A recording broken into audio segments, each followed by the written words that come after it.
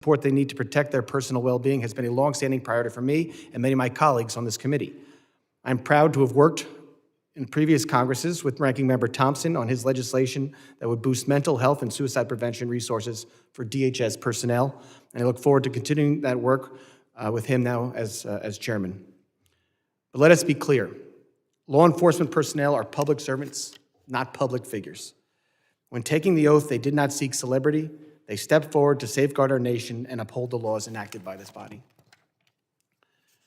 But that alone does not absolve them from facing any form of accountability. Public trust and public safety go hand in hand, and I look forward to hearing from our witnesses today about how they believe agencies can strike an appropriate balance between officer safety and law enforcement accountability. Our witnesses today have seen the consequences of this rising harassment and violence firsthand. I hope their testimony reminds my colleagues and the American people that those who wear the badge are human beings whose dedication to safeguarding our country should never make them targets. This includes the local police who protect our communities around the country, as well as U.S. Capitol Police officers and D.C. Metro Police who keep us safe here every day as we work to represent our constituents. Officer Hodges, I acknowledge and appreciate the sacrifices you have made to keep us all safe. As I said then, and I believe now, violence against law enforcement is unacceptable and should always be condemned. We are and must remain a country of law and order. Today's hearing is not about silencing dissent or restricting free speech. It is about responsibility and recognizing that rhetoric has consequences and ensuring that our officers can perform their duties without fear. We are reminded the dangers they face each year when names of fallen heroes are added to the National Law Enforcement Officers Memorial here in Washington, D.C., which honors federal, state, local, and tribal officers who have made the ultimate sacrifice.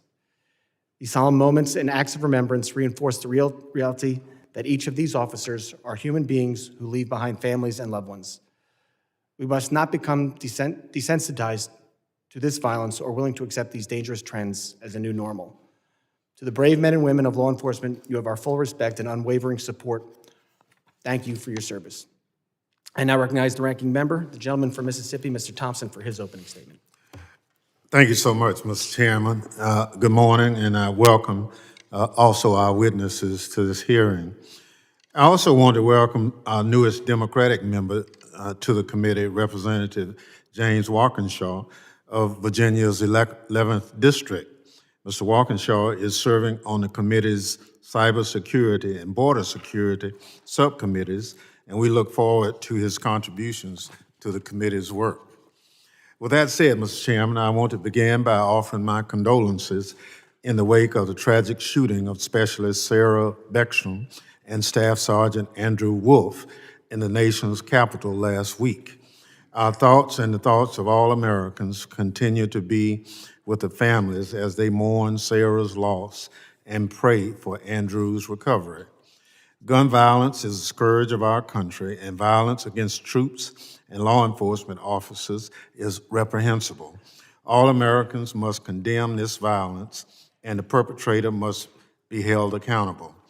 With that in mind, I appreciate Chairman Garbarino's holding today's hearing.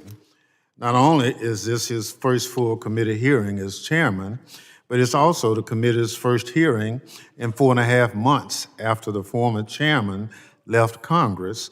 Republicans shut down the government, and the Speaker sent the House home. It's past time for the committees to get back to work.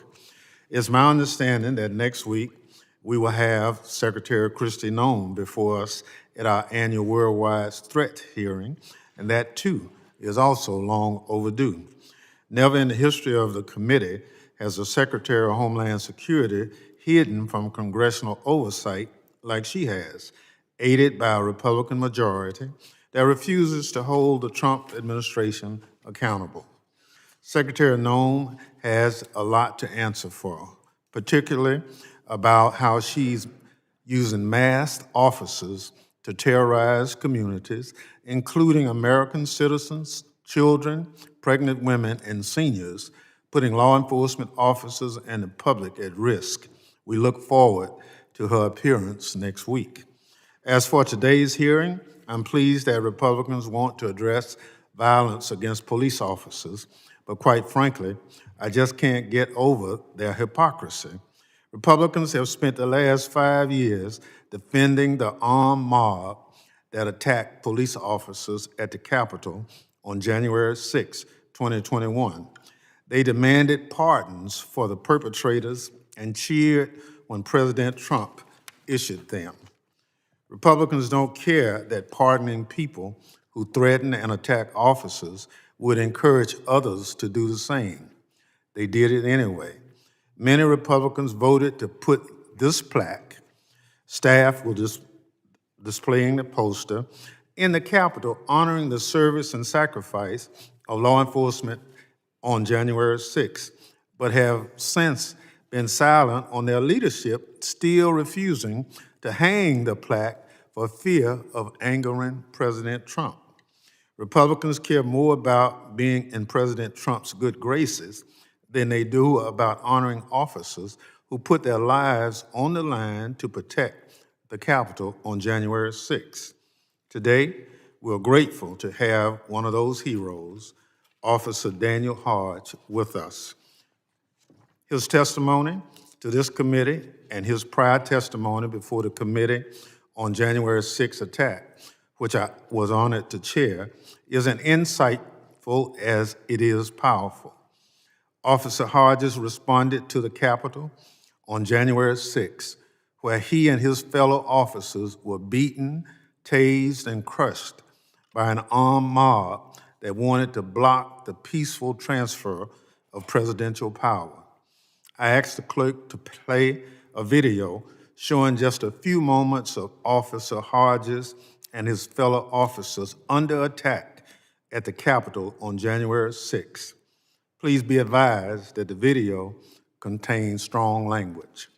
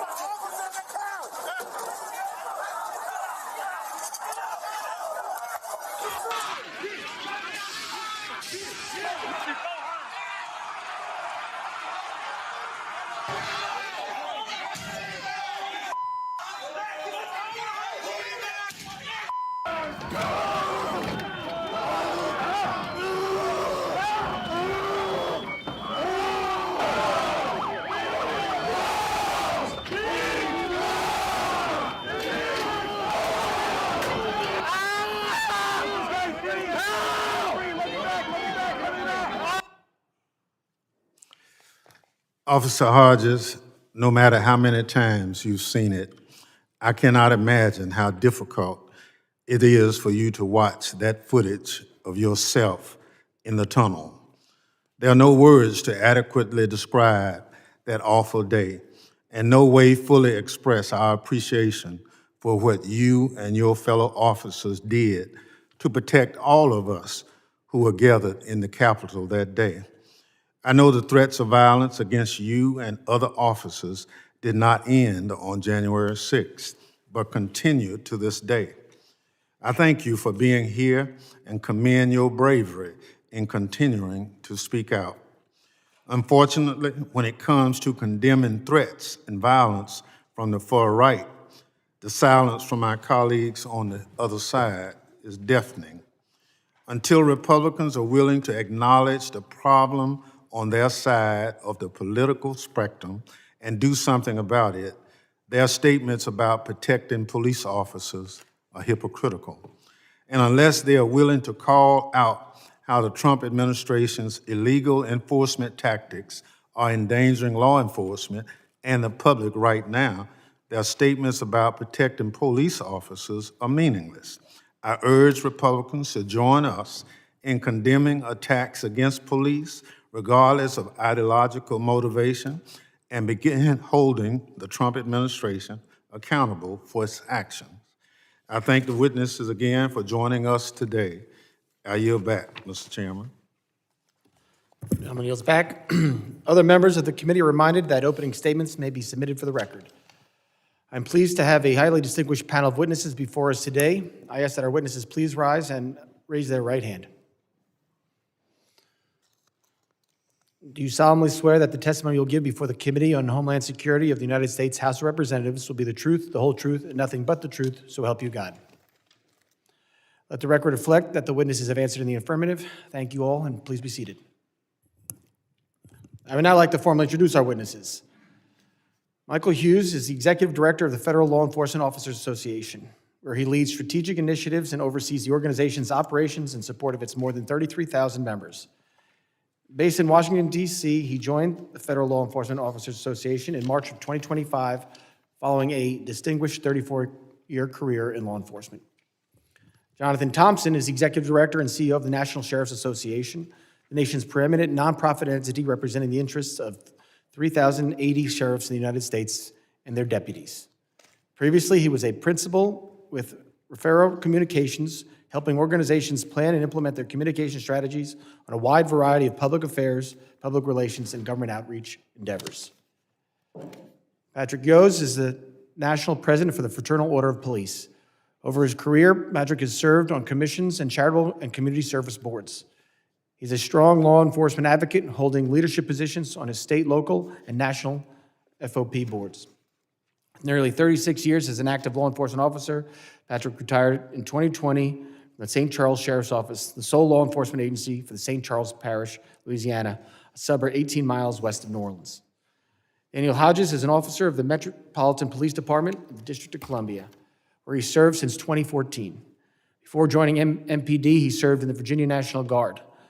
Within MPD, he is assigned to patrol duties and is a member of the department's Civil Disturbance Unit 42, which handles large demonstrations, crowd control, and emergency riot response.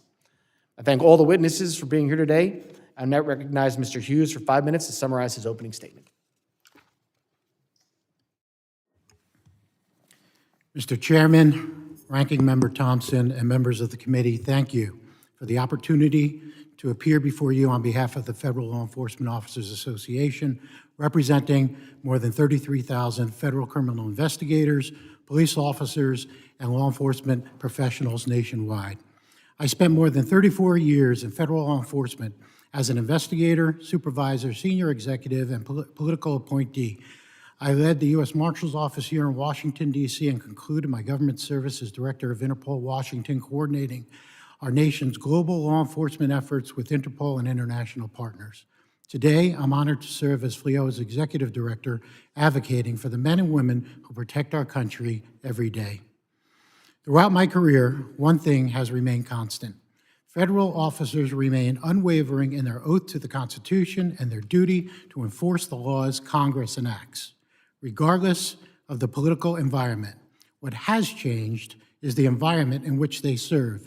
It has grown increasingly hostile, with rising violence, threats, and online harassment directed at officers and increasingly at their families.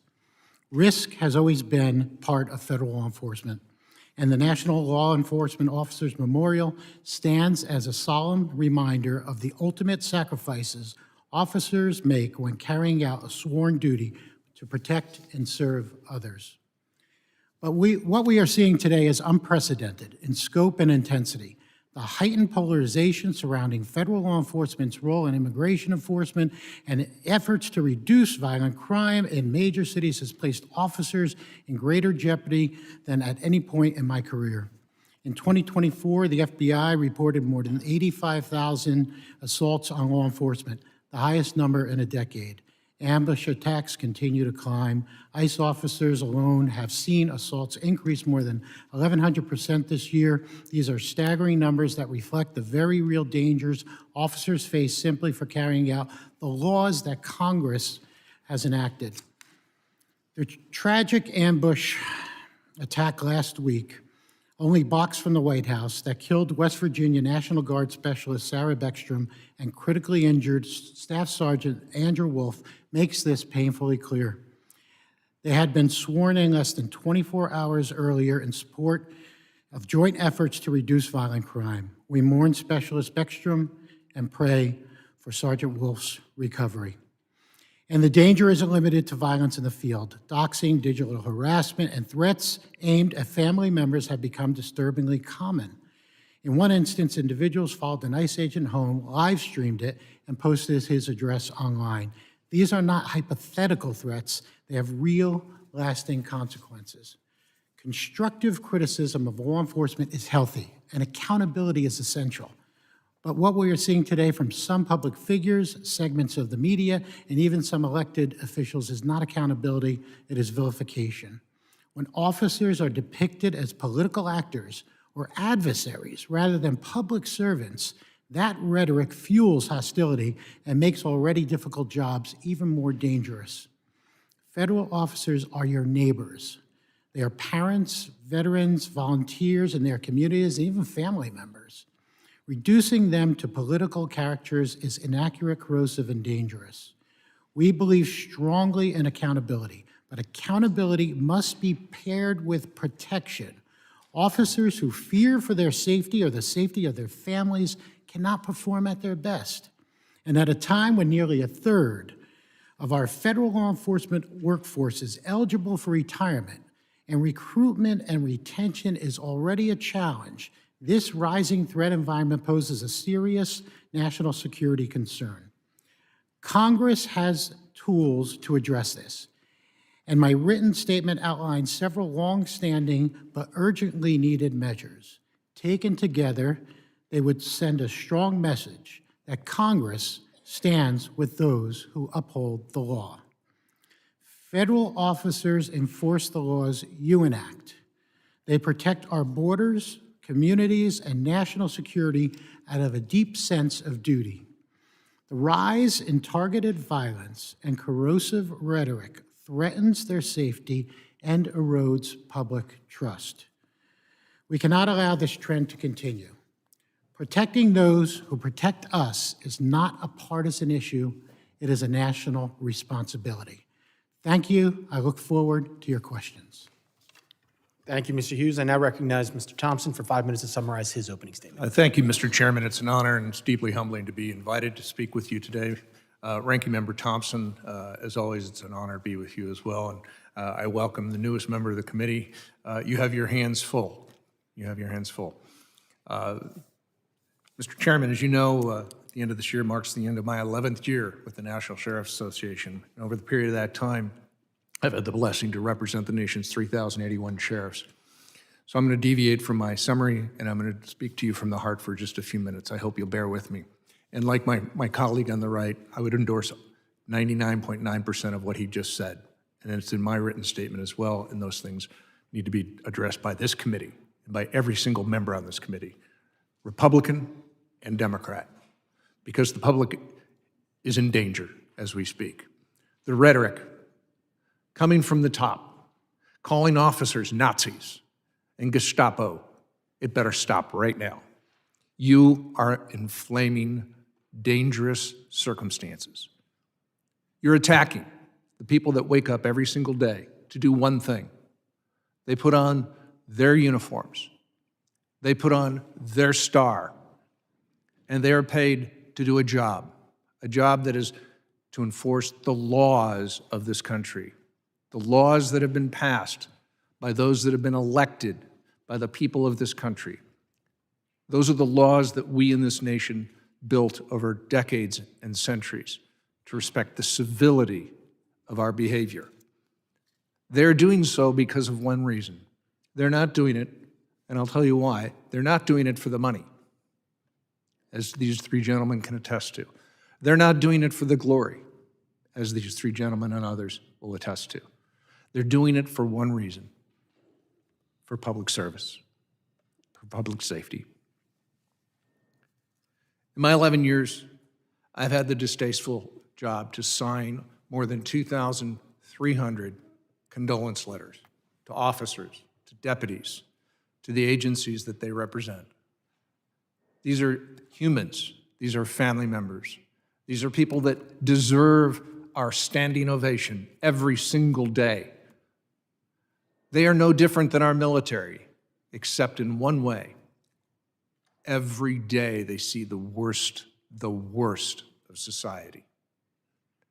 the worst, and they have to wake up and do it again tomorrow.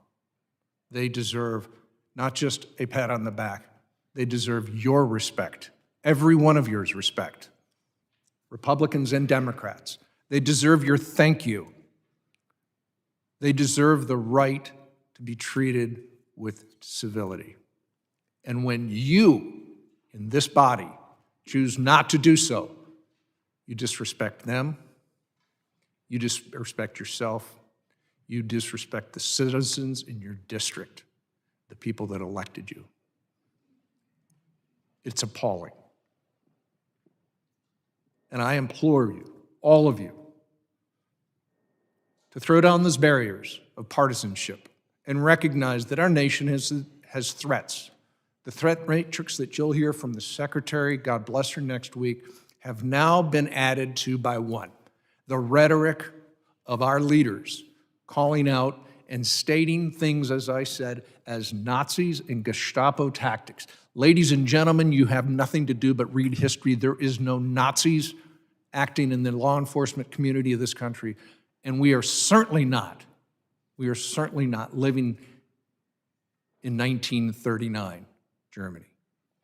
And when I hear it, I cry.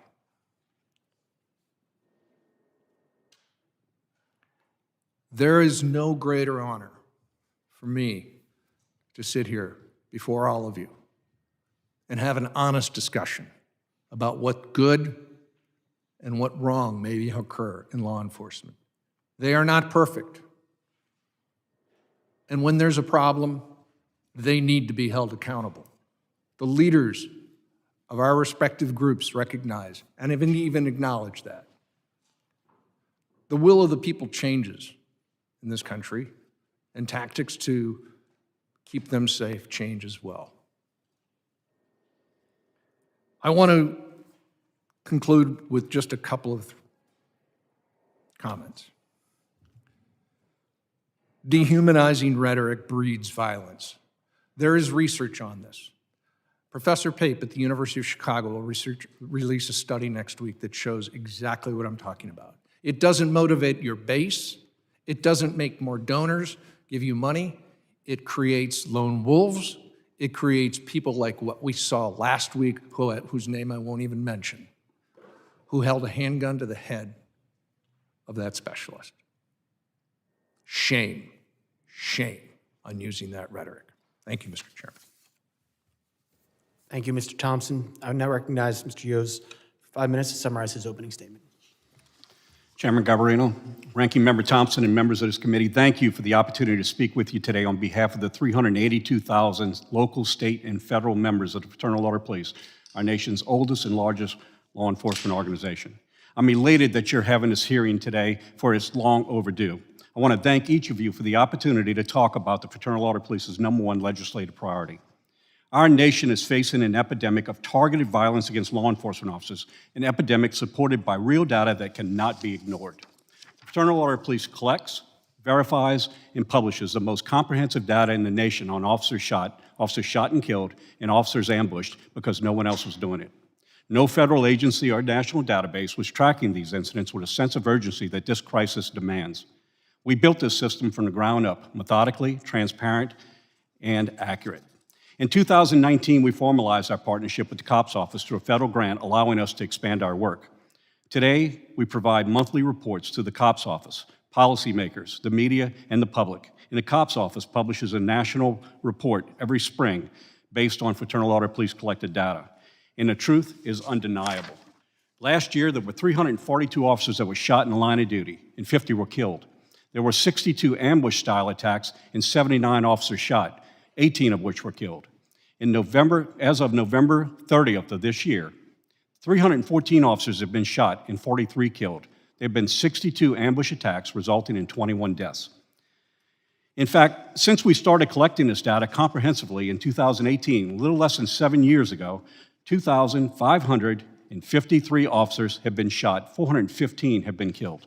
In the past 5 years, there have been 620 officers shot in 483 separate ambush attacks, killing 135 officers. These are not selective numbers, they are real, verified incidents. These numbers have no bias, they have no agenda, they are just real. And they reveal an unmistakable trend. That is, that we have an epidemic. And like all epidemics, it has causes. The FBI's assailant study found that nearly 1/3 of cop killers self-identified as being motivated by the narrative that portrays law enforcement as the villain. That narrative, used for political gain, is amplified across social media platforms and other means, and it all too often goes unchallenged. And it's not harmless rhetoric, it is fuel. We have seen this fuel ignite in cities and towns, large and small, all across America. Officers have been murdered while eating lunch, sitting in patrol cars, driving home to their families at the end of their shift. In fact, according to a 2017 report from the COPS office, more than 1/2 of the ambush officers killed weren't even on a call, they were targeted because they were wearing a badge. Just last week, not far from where we sit today, that epidemic added 2 more victims when 2 National Guardsmen fulfilling the law enforcement role were targeted and brutally attacked simply because of the uniform they wore. This violence is not hypothetical, is not isolated, and it's certainly not slowing down. It's not about tactics, it's not about policy debate, it's about hatred, stoked, spread, and normalized until someone acts on it. The Protect and Serve Act would provide the Department of Justice with a means to prosecute these targeted attacks. In 2018, the House Judiciary Committee unanimously cleared this act and advanced it to the House floor, where it would overwhelmingly pass in a bipartisan vote of 382 to 35. It failed to become law in that session of Congress when the Senate chose not to consider it. And today, even with ambush attacks continuing to rise, the House Judiciary Committee will not move this act forward. When someone calls 911, we answer. We always answer. Well, we're the ones that are calling now. We're calling on Congress. We're pleading with Congress, and we ask you to answer that call. Stand up against the rhetoric that fuels the violence against law enforcement officers. Acknowledge this epidemic for what it is, a stain on the very fabric of society. Send a strong message to America's law enforcement professionals. Let them know that you recognize this violence towards them and you're committed to end this lethal trend. Let America's peace officers know that you appreciate the job that they do and you've got their backs. And it's time to send a strong message to anyone that would target law enforcement officers. Let these criminals know that the attacks on a law enforcement officer is an attack on a community, and it will be met with real consequences of their violent actions. This epidemic is real, it's based on undeniable quantitative data, and it's growing, and it demands immediate action, not after the next tragedy, but right now. I thank you for the opportunity to speak with you today, and I'd be pleased to answer any questions you may have. Thank you. Thank you, Mr. Yoes. I now recognize Mr. Hodges for 5 minutes to summarize his opening statement.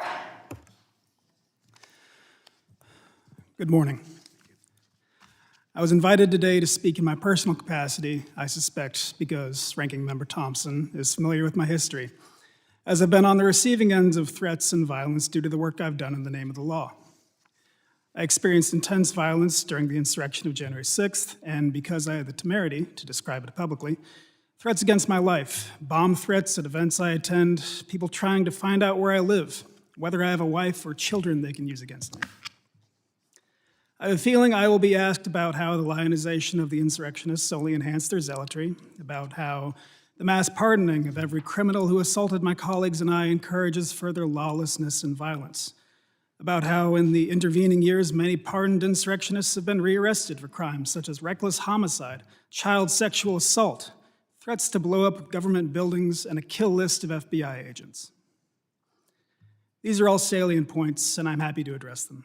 However, the tenor of the press release announced this hearing made it sound like certain participants were going to spend a few hours scratching their heads and pretending not to understand why threats against law enforcement have risen so sharply this year, and I cannot abide such a farce.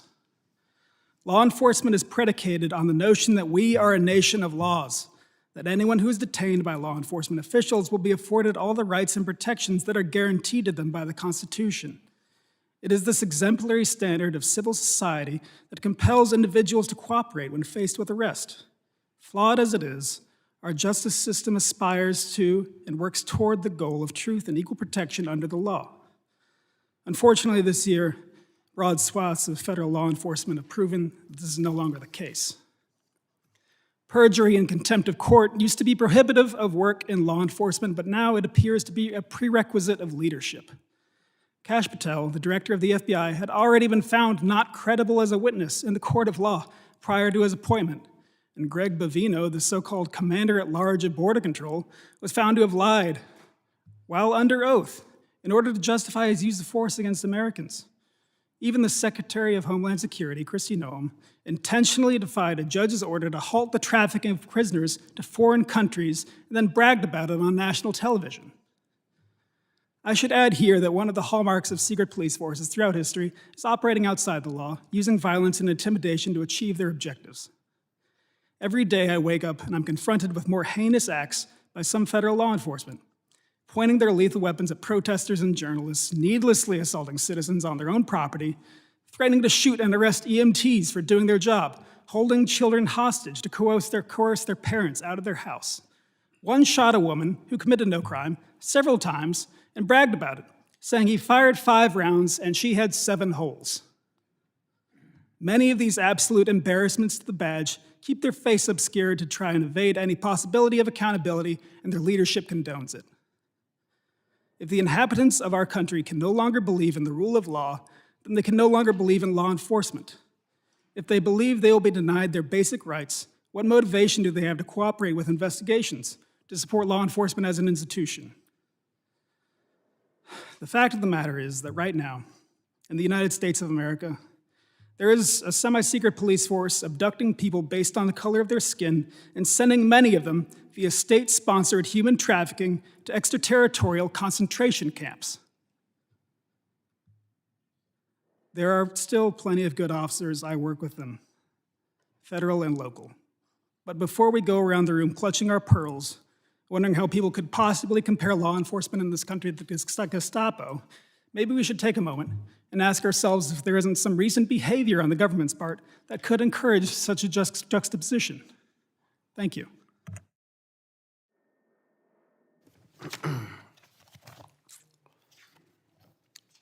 Thank you very much.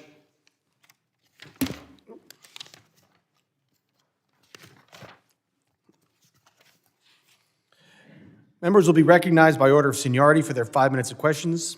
An additional round of questioning may be called after all members have been recognized. I now recognize myself for 5 minutes for opening questions. Mr. Yoes, well, recent heinous acts have brought increased attention to the rise in threats against law enforcement. I'm well aware that this is a danger agents and officers have faced for a long time. In your testimony, you mentioned how your organization has looked at recent attacks as a persistent, growing issue over the last 2 decades. Can you elaborate on the historical patterns of attacks against law enforcement your organization has been monitoring?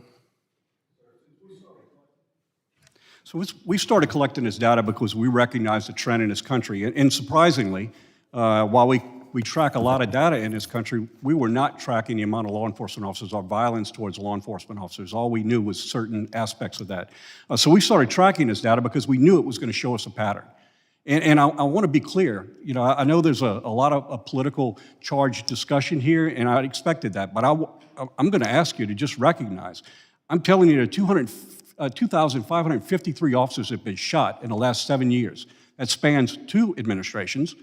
So if we want to try and focus on the fact that politics is doing this, I think we're missing the point, and we're doing a disservice to the people who suit up and show up every single day in communities across this country and do their job. What we're seeing is a number of factors, and that is the dehumanization of law enforcement officers.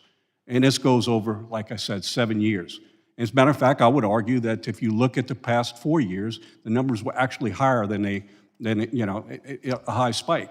Not that they were low numbers to start with. So the challenges are much greater, much greater. It has to do with unchecked comments made to dehumanize law enforcement officers that are causing people to act on what they feel is a community built around their own belief system. I can't agree with you more. I think these political attacks amongst political opponents are putting actual targets on the law enforcement men and women's backs instead of their opponents, and I think we need to recognize that's been happening for the last, as you said, 7 years. I will tell you that my members are both Democrat and Republican, and we're all having the same problem. As these targeted threats against officers and their families continue to escalate, what measures do you believe law enforcement agencies should prioritize to keep personnel safe on and off duty? Well, so it's a pretty big question. It could take a while to answer. I'm going to start off in the context of what we have here. I think first thing we need to do is we need to turn on a rhetoric. We all need to recognize that we all play a part in this. This is on both sides. We need to recognize that there's a real crisis here, and it really is upsetting that this is the first hearing we haven't on this in quite some time. But they have quantitative data to show there's a real problem. I'll make a comparison. You know, Congress's responsibility is a lot of things. One of them is to make sure that Americans working in their jobs can do so under safe environments. And I'll give you an example. If there were a cave-in at a coal mine, we would have hearings on the safety of that coal mine, and so you should. What about the 2,533 officers that are shot over 7 years? What more quantitative data do we need? So the first thing we need to do is we all need to turn down a rhetoric, and we need to focus that there is, in fact, a real problem, and stop trying to paint it as one person's problem as opposed to the others, because it is all of our responsibilities to find a solution to it. Turn down a rhetoric. Turn down a rhetoric. Stop dehumanizing law enforcement and recognize that words have consequences. And for people who believe that, they act on those. That would be number one. The second would be pass the Protect and Serve Act. Give the federal government the opportunity, the Department of Justice, to step in under certain circumstances in order to be able to protect the interests of law enforcement officers and their communities with the increase in violence we're seeing. Thank you. Mr. Hughes, ICE enforcement officers and other federal law enforcement partners are working to ensure our nation's laws are being followed. Fortunately, rising anti-police sentiment has compromised officer and agent safety. Can you talk about the impact on federal law enforcement when such strong opposition is encouraged and directed towards officers who are simply enforcing the law? Thank you, Mr. Chairman. And just want to say thank you for all your efforts in enhancing the protection of law enforcement officers, state, local, federal. Particularly grateful for all your work and leadership in 9/11 health issues and aiding the responders through the World Trade Center health program, which I was there as well. So appreciate all the efforts from you and all the members of the committee. Law enforcement, the anti-law enforcement sentiment that is being displayed is very real. It's very impactful. It's impactful on recruitment, retention. It's impactful upon how people do, law enforcement officers do their work. And it's a matter of we need to be working together. Everyone up here, all the witnesses has made the comment about both sides working together. I think this is a common issue that we could all be working together on in decreasing the rhetoric on what is happening and protect our officers. Look at ways to protect the officers. It is widespread. We need to make sure we are working together and looking at ways that we could enhance through enhancing laws or coming up with new bills, which is being done. But again, coming together and working together to have this done. Thank you very much. And we're going to do our best because I think there's going to be a lot of participation today. And I know we ran over a little on the 5 minutes there, but we're going to do our best to stick to 5 minutes for everybody so everybody has time to speak today. I now recognize the ranking member for 5 minutes of questions. Thank you, Mr. Chairman. I don't think any of us here denigrate any law enforcement officer. You put your life on the line every day. But in every occupation, there are standards that you have to adhere to. And you follow them, fine. If you don't, the system addresses whatever that fault is.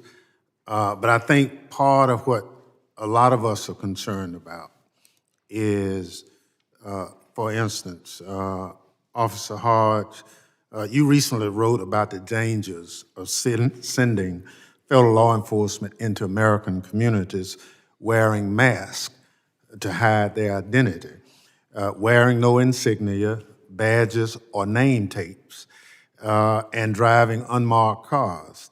You pointed out that the public and other law enforcement officers have no way of knowing that these mystery agents are legally sworn law enforcement officers. Can you please elaborate on why this practice is so dangerous to the public as well as to federal law enforcement officers? Certainly. I think it's obvious that if masked, armed individuals hop out of a nondescript vehicle and attempt to force someone against their will into the vehicle, that looks to anyone like a kidnapping.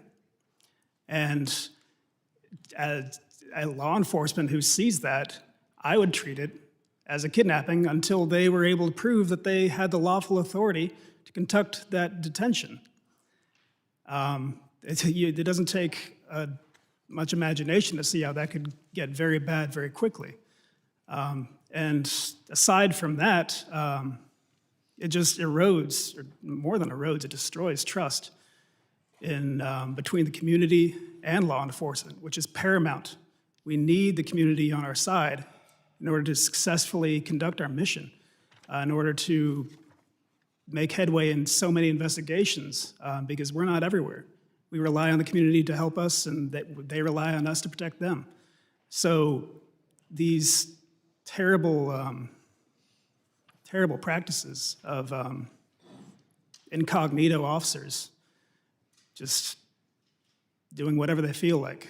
When the president went on the television and said, police officers can do whatever they want now. It's that kind of rhetoric that really just destroys what the institution of law enforcement is supposed to stand for. So yeah, we need to do something different about this. Well, thank you. A lot of us were in the Capitol on January 6th, and we saw firsthand what happened. Most of us did not fathom the United States Capitol being overrun by anybody. On that day, over 140 federal law enforcement officers were hurt.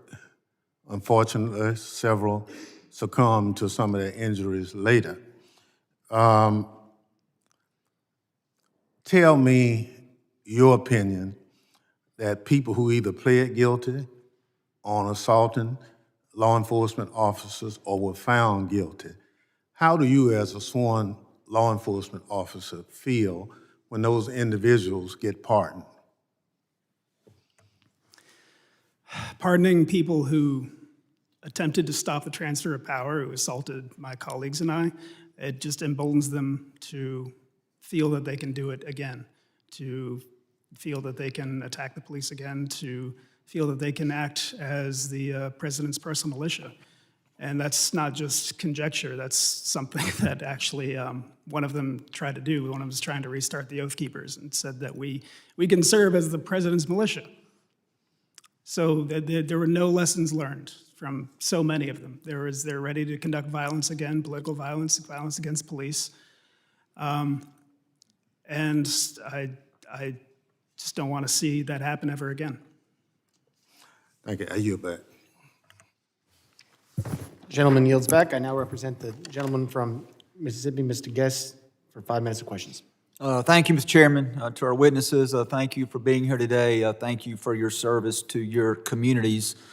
Before I begin, I would like to issue my condolences to the family of Sarah Beckstrom, who passed away just over a week ago as she was patrolling the grounds outside of the White House and what can be described as nothing more than a premeditated attack from the gunman in that case. And also, I want the family of Andrew Wolf to know that our prayers are with him as he tries to recover from the gunshot wound that he suffered. I think that highlights the reason that we're here today. The attack that we saw after this hearing had been announced, but before these witnesses were convened today, of the animosity that we see toward law enforcement. And look, we can point to other incidents. It's not just the attack that we saw in Washington, D.C. Just looking back over the 6 months, we saw on July 4th the attack at the Prairie View ICE detention facility, in which we had an officer who was killed, an officer who was struck in the neck, and we had 9 individuals who have been indicted for their attack on that facility. We know that less than a week later, there was an attack on a U.S. Border Patrol facility in McAllen, Texas. We know that on September 24th, there was an attack at a Dallas facility, an ICE detention center, in which we had 3 detainees who were shot, 2 of which died. And so we have a track record, we have a history of looking and seeing that what we are talking about is extremely important. We have individual acts that can back up the reason for this hearing. Now, Mr. Hughes, Mr. Thompson, and Mr. Yost, each of you in your opening statement and your written statement, you talk about the rhetoric that is being used. I will summarize very quickly, just take out bits and pieces of your testimony. Mr. Hughes, you say that the rise in targeted violence and the corrosive rhetoric directed at public servants have created an atmosphere that jeopardize officer safety and erode public trust. Mr. Thompson, you say violence against law enforcement is rising sharply in record high assaults and officer shooting. This trend is fueled by growing anti-law enforcement rhetoric. Mr. Yost, you say the same thing. You talk about violent and hateful rhetoric, if left unchallenged, leads to physical violence, and that we have seen it happen on a widespread basis in the profession of law enforcement. And so I want to, for just a second, I want to talk about some of those statements. We can talk about those in abstract, but I want to talk about those and some of the statements that I found in doing a very brief research on this topic. Governor Pritzker claimed the country is becoming Nazi Germany because ICE is grabbing people off the street and disappearing them. Representative Crockett compared ICE to slave patrols. Representative Garcia referred to ICE as thugs. Representative Ramirez attacked ICE as a terror force and later referred to ICE as a terrorist organization. Representative Jayapal called ICE agents deranged and said it is inspiring to obstruct immigration enforcement. Governor Walz smeared ICE agents as modern-day Gestapo. Chicago Mayor Johnson accused secret police of terrorizing our community. Representative Lynch referred to ICE agents as the Gestapo and nondescript thugs. And Representative Frost compared ICE operations to some of the worst horrors and crimes against humanity in history. And so to you, Mr. Hughes, Mr. Thompson, and Mr. Yost, are these the statements that you are referring to? And do these statements, in fact, place law enforcement officers' lives in jeopardy? Do you believe that they place lives in jeopardy? Mr. Hughes? Just yes or no. My time is short. Mr. Chairman, all statements that are anti-rhetoric against police officers place officers in safety. Mr. Thompson? They are. And Mr. Yost? Absolutely, these and more, and I will say that you don't get to throw fuel on a fire and curse the very flames that you create. Thank you. And then, Mr. Hodges, I also read your statement, and there's a statement that you made, the next to last paragraph of your statement. It says, the fact of the matter is that right now in the United States of America, there is a secret police force abducting people on the color of their skin and sending many of them via state-sponsored human trafficking to extraterritorial concentration camps. Mr. Hodges, I will tell you that that is a statement that I find extremely troubling and that I could not disagree with more. And with that, Mr. Speaker, I'm out of time and I yield back. Gentleman yields back. Now recognize the gentleman from California, Mr. Correa, for 5 minutes of questions. Thank you, Mr. Chairman, and welcome to the job. Gentlemen, you have a tough job.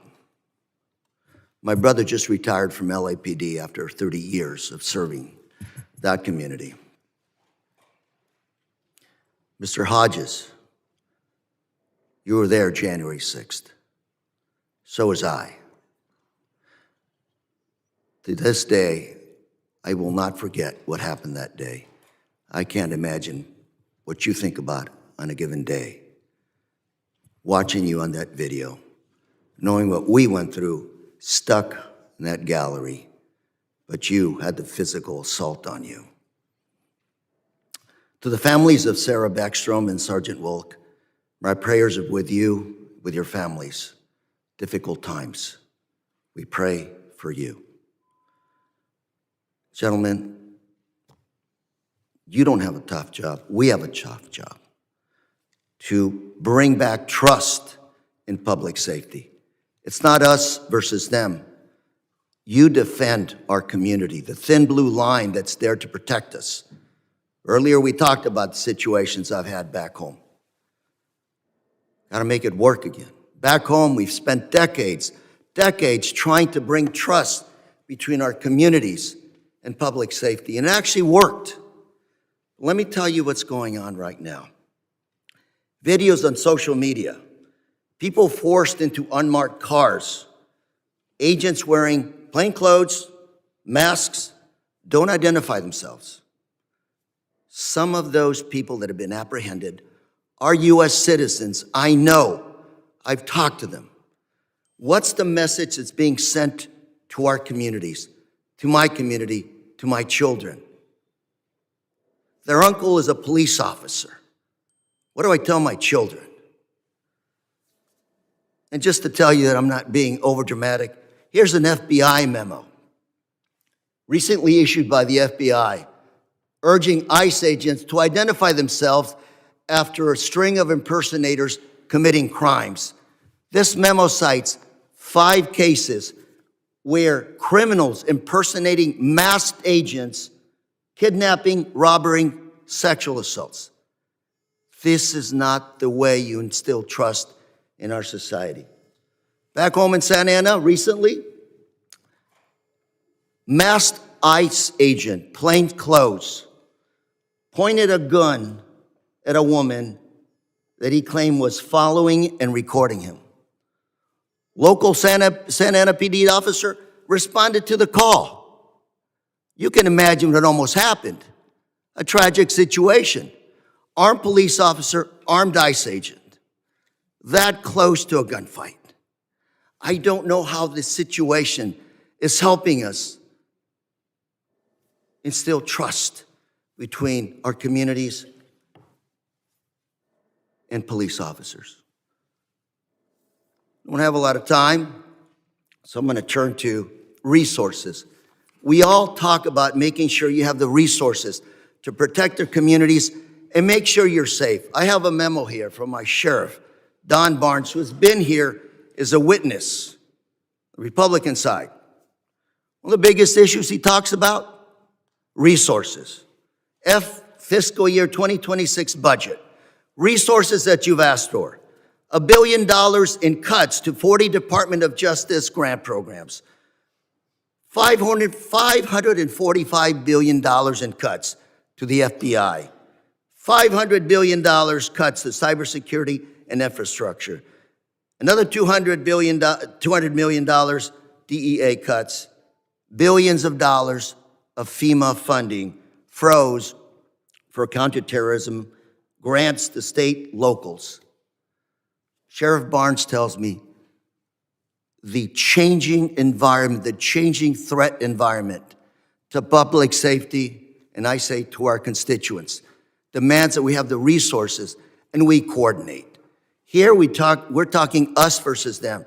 But when we start cutting resources back from the local public safety officers, trying to coordinate with the feds, I can't imagine how this is good public policy when it comes to protecting our public safety. Mr. Thompson, my last 7 seconds, go ahead. Mr. Carrera, thank you.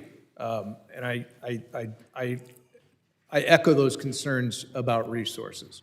We're facing a crisis of recruitment and retention. You can ask any of the gentlemen on my left or my right. It's in every agency across this country. But let's look at what's driving that. It's the rhetoric. No two ways about it. Our research, we just did a national survey on this. The research is clear. We all have to stop using that type of language.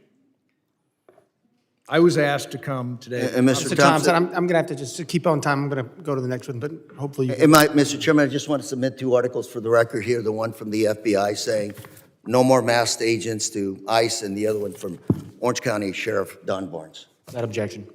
We'll talk later, sir. Gentleman yields back. I now recognize the gentleman from Oklahoma, Mr. Keene, for 5 minutes of questions. Thank you, Mr. Chairman. To you and your staff, I think this is a really important topic. And, when you're utilizing the stats that talk about the thousands of ambush-style attacks over the last many years targeting law enforcement, it's such a dangerous environment. And it's our culture. When you For those, people are going to be offended when I say this, but hopefully they'll understand how far the pendulum is swinging. There was a time, not so long ago, where if you had a child that got paddled in high school because they were disruptive, had disruptive behavior, disrespectful to an authority, the father would say to that person when they got home, I'm giving you some more in terms of paddling. If the coach gave you a little, then you're going to get a paddling when you get home. And they didn't take the child's defense because they were teaching the young adult the respect of authority. We have a culture now that coddles young adults. That's why teachers are struggling, because you can't teach and educate when you're having to deal with behavior in the classroom. So we have to have a cultural reform on this, where parents go back to a place where some, for trying to raise their children and operate in more grace, the pendulum has swung way too far, and the respect of authority has been lost at the younger generations, and it is paying dividends in what is being experienced in law enforcement. So we've got a cultural problem. And you're talking about the online threats. And I want to hear more, if anyone wants to talk about, how do we balance the online threats for those who would learn how to target a law enforcement officer, trying to intimidate. This is how we move to third world country status. When you no longer have the rule of law, you will have poverty. And that is where we're headed as a country. We are headed towards an impoverished state. I love the statement from a few years ago. Hard times produce strong men produce good times produce weak men, and weak men produce hard times. Apply it to women as well, right? Is when you go through a struggle, it builds character in you. And we're about to go through a struggle in this country because we're not producing good character traits, from the young adults all the way up to the way that plays out 20 and 30 years from now. What do we do in balancing the First Amendment for those that are doxing, sending out personal information, not only for the law enforcement officers, but are also doing this for their children, trying to intimidate and move us to third world country status? Where is the balance? How do we get a hold of that? And I'll just open that up to anybody who wants to talk about. Where do we find constitutionally sound ways to address that? Because you're saying the stats and the data say the encouragement online is why these thousands of assault attempts, officers sitting in vehicles, is occurring. So I'll open it up to anybody. I'll go very briefly. I think Madison's turning in his grave. I think there's an awful lot of twisting of the First Amendment and what free speech means. I think we all need to take a big giant step backwards and reevaluate how that applies. Specifically, the internet has so much value, but it's a dangerous place. It's, we have to recognize that perhaps these are media companies. I know that's probably sacrilege among some on the right, but they have an obligation, and a lot of it is coming straight from social media. Pure and simple. I'll add to just an extension of that is when you look at, we all know the difference between right and wrong. We were raised on it. We know the rule of law. We know what we're supposed to do. We know what's acceptable, what's not. I think the problem we see, and social media has played a big part of that, is it's given excuses of why you cannot follow the rule of law. We have blurred the lines of which difference between right and wrong, and we validated the ability to be able to believe your belief system and feel that your actions are appropriate. So you're right, in lies our challenge. There has to be some accountability somewhere along the way, because what we're doing is damage, and when we're not checking this, we're adding fuel to this fire, and there's no question we're seeing the results of it. Mr. Hughes? Thank you, Congressman. I would also add, working in the international environment, you can see how other countries do this. When you go too far one way or the other, you see consequences, good or bad, of privacy and speech rights. But what we need to be doing is looking at the social media issues. I think that's a huge part of what's going on, and looking at what laws need to be passed, what the right balance is, and that's what this body can and should be working on as well to help in that arena. Last question, Mr. Chairman, I'll make quickly. If there is legislation that you're aware of that's floating around out there, please let some of us know that does the balance, because I didn't see that in any of the testimony this morning. Without a yield. Gentleman yields back. I now recognize the gentleman from Rhode Island, Mr. Magaziner, for 5 minutes of questions. Thank you, Mr. Chairman. We need to support law enforcement officers who put themselves in harm's way every day to serve their communities and to keep people safe. and any acts of violence against law enforcement cannot be tolerated.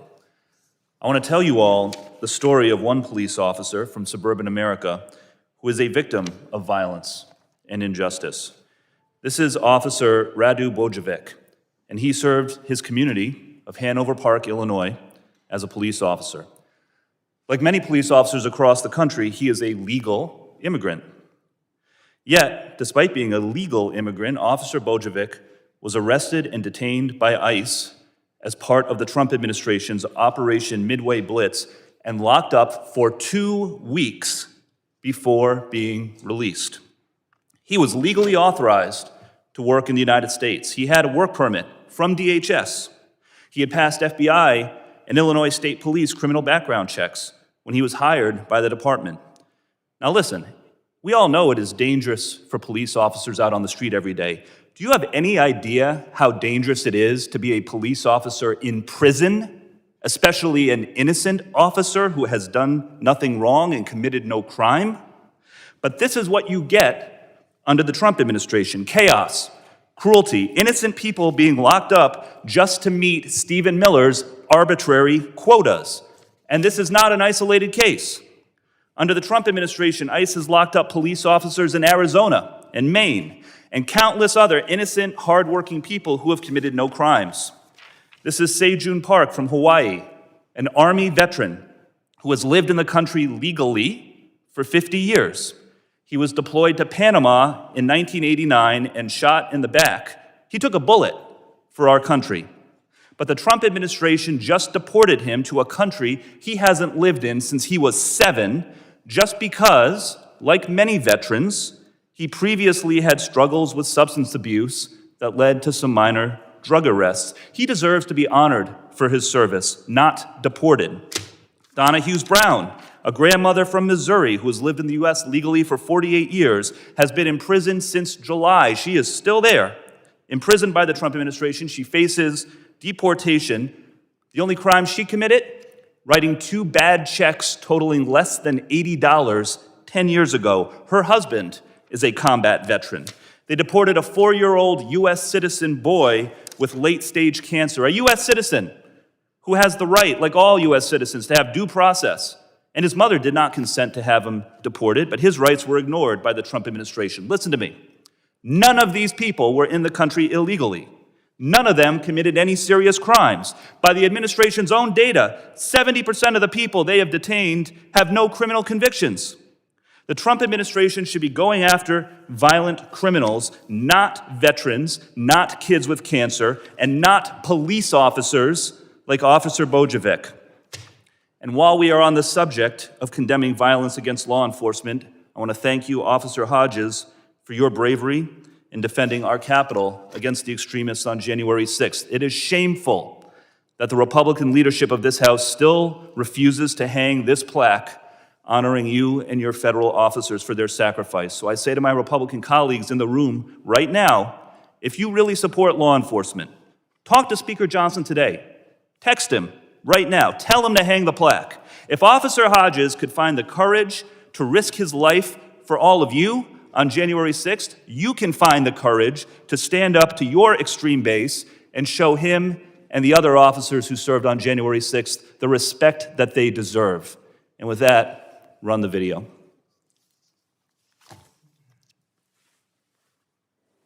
Multiple capital injury. Multiple capital injury. If I give this up, they're going to have to run next year. At least this capital we can defend. We got to hold what we have.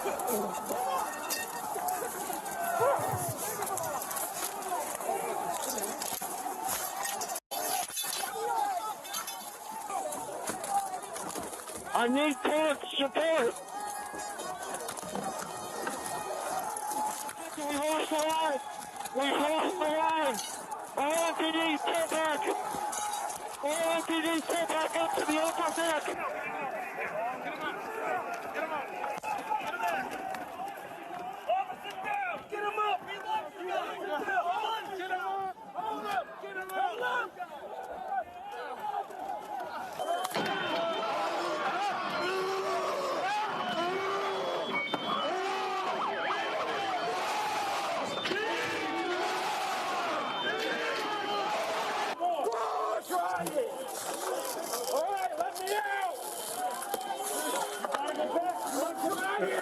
Gentleman's time has expired.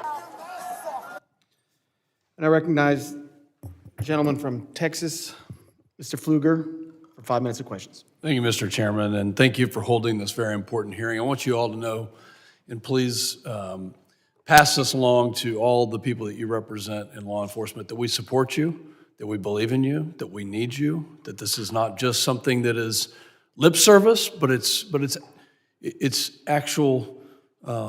It's an actual heartfelt statement, and I think we've proven that, at least on this side of the aisle, time and again, with legislation that backs that up.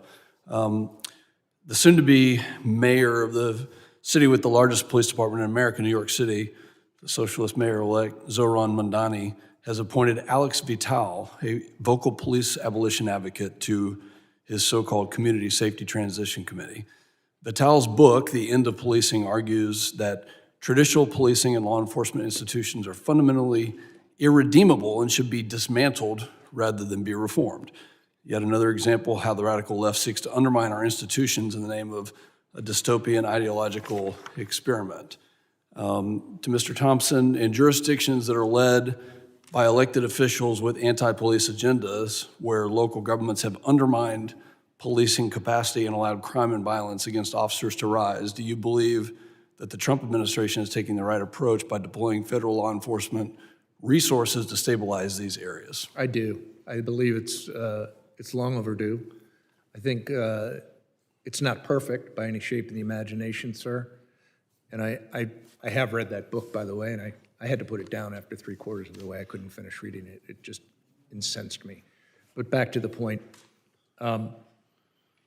We hear these stories of the failures in law enforcement, and they are minuscule. Last year, there were 250,000 deaths from medical malpractice. I don't hear anybody calling for the elimination of doctors in medicine for medical malpractice. Maybe somebody could show me what's being done on an equal level to that attack. 250,000.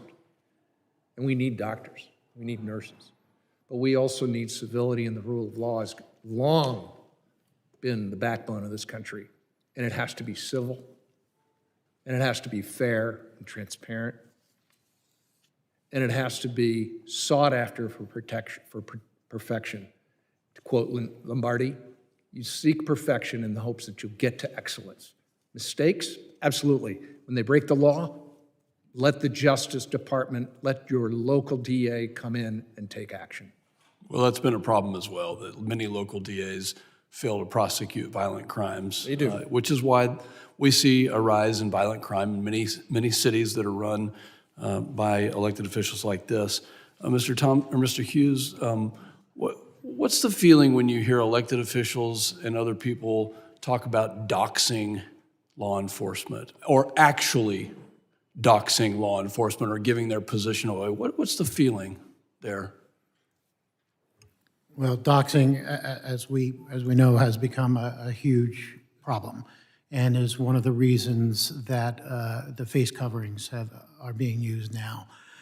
It really has opened up a lot of law enforcement and their families to threats, and that is a problem.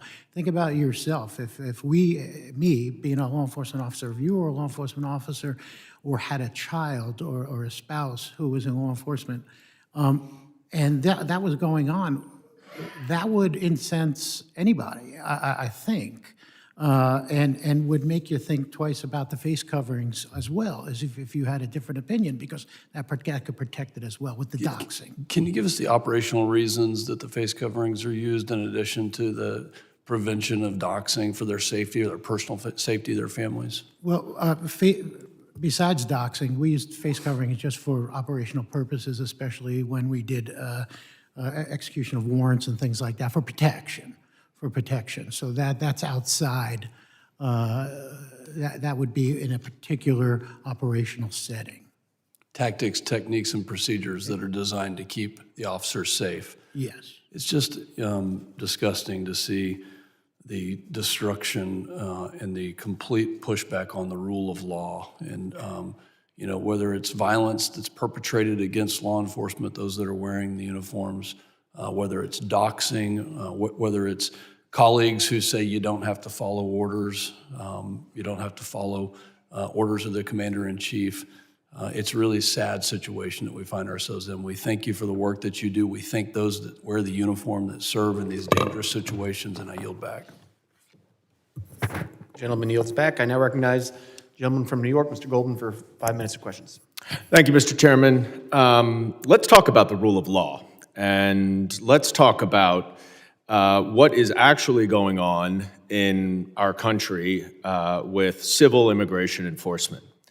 I want to be very clear and upfront. I was a prosecutor for the Department of Justice for 10 years. I worked alongside law enforcement officers from every federal agency, including the Department of Homeland Security, some of the most patriotic and brave individuals who absolutely represented the very, very best of our country.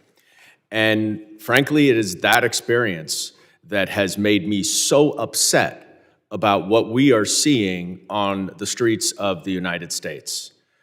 Mr. Thompson, in your opening statement, you said that these agents wake up, they put on their uniform, they put on their star, and they do their job with civility. The problem is that's not the case. They don't put on a uniform. They don't wear identification. And they go out with masks on to violently, in many cases, arrest unsuspecting immigrants, nonviolent, many of whom are actually here legally. So let's take a look of the other side of the perspective and roll a video, please. I'm sorry, were you asking me a question? No, let's roll a video.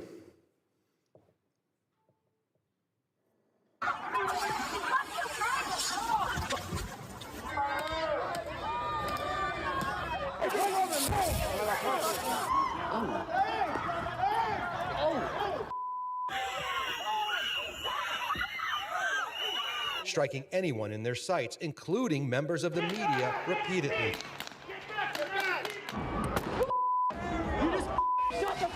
Damage to his brain from being slammed headfirst into the ground. What am I doing? Hey, Kevin! I'm yours. Oh, come on, man. Come on.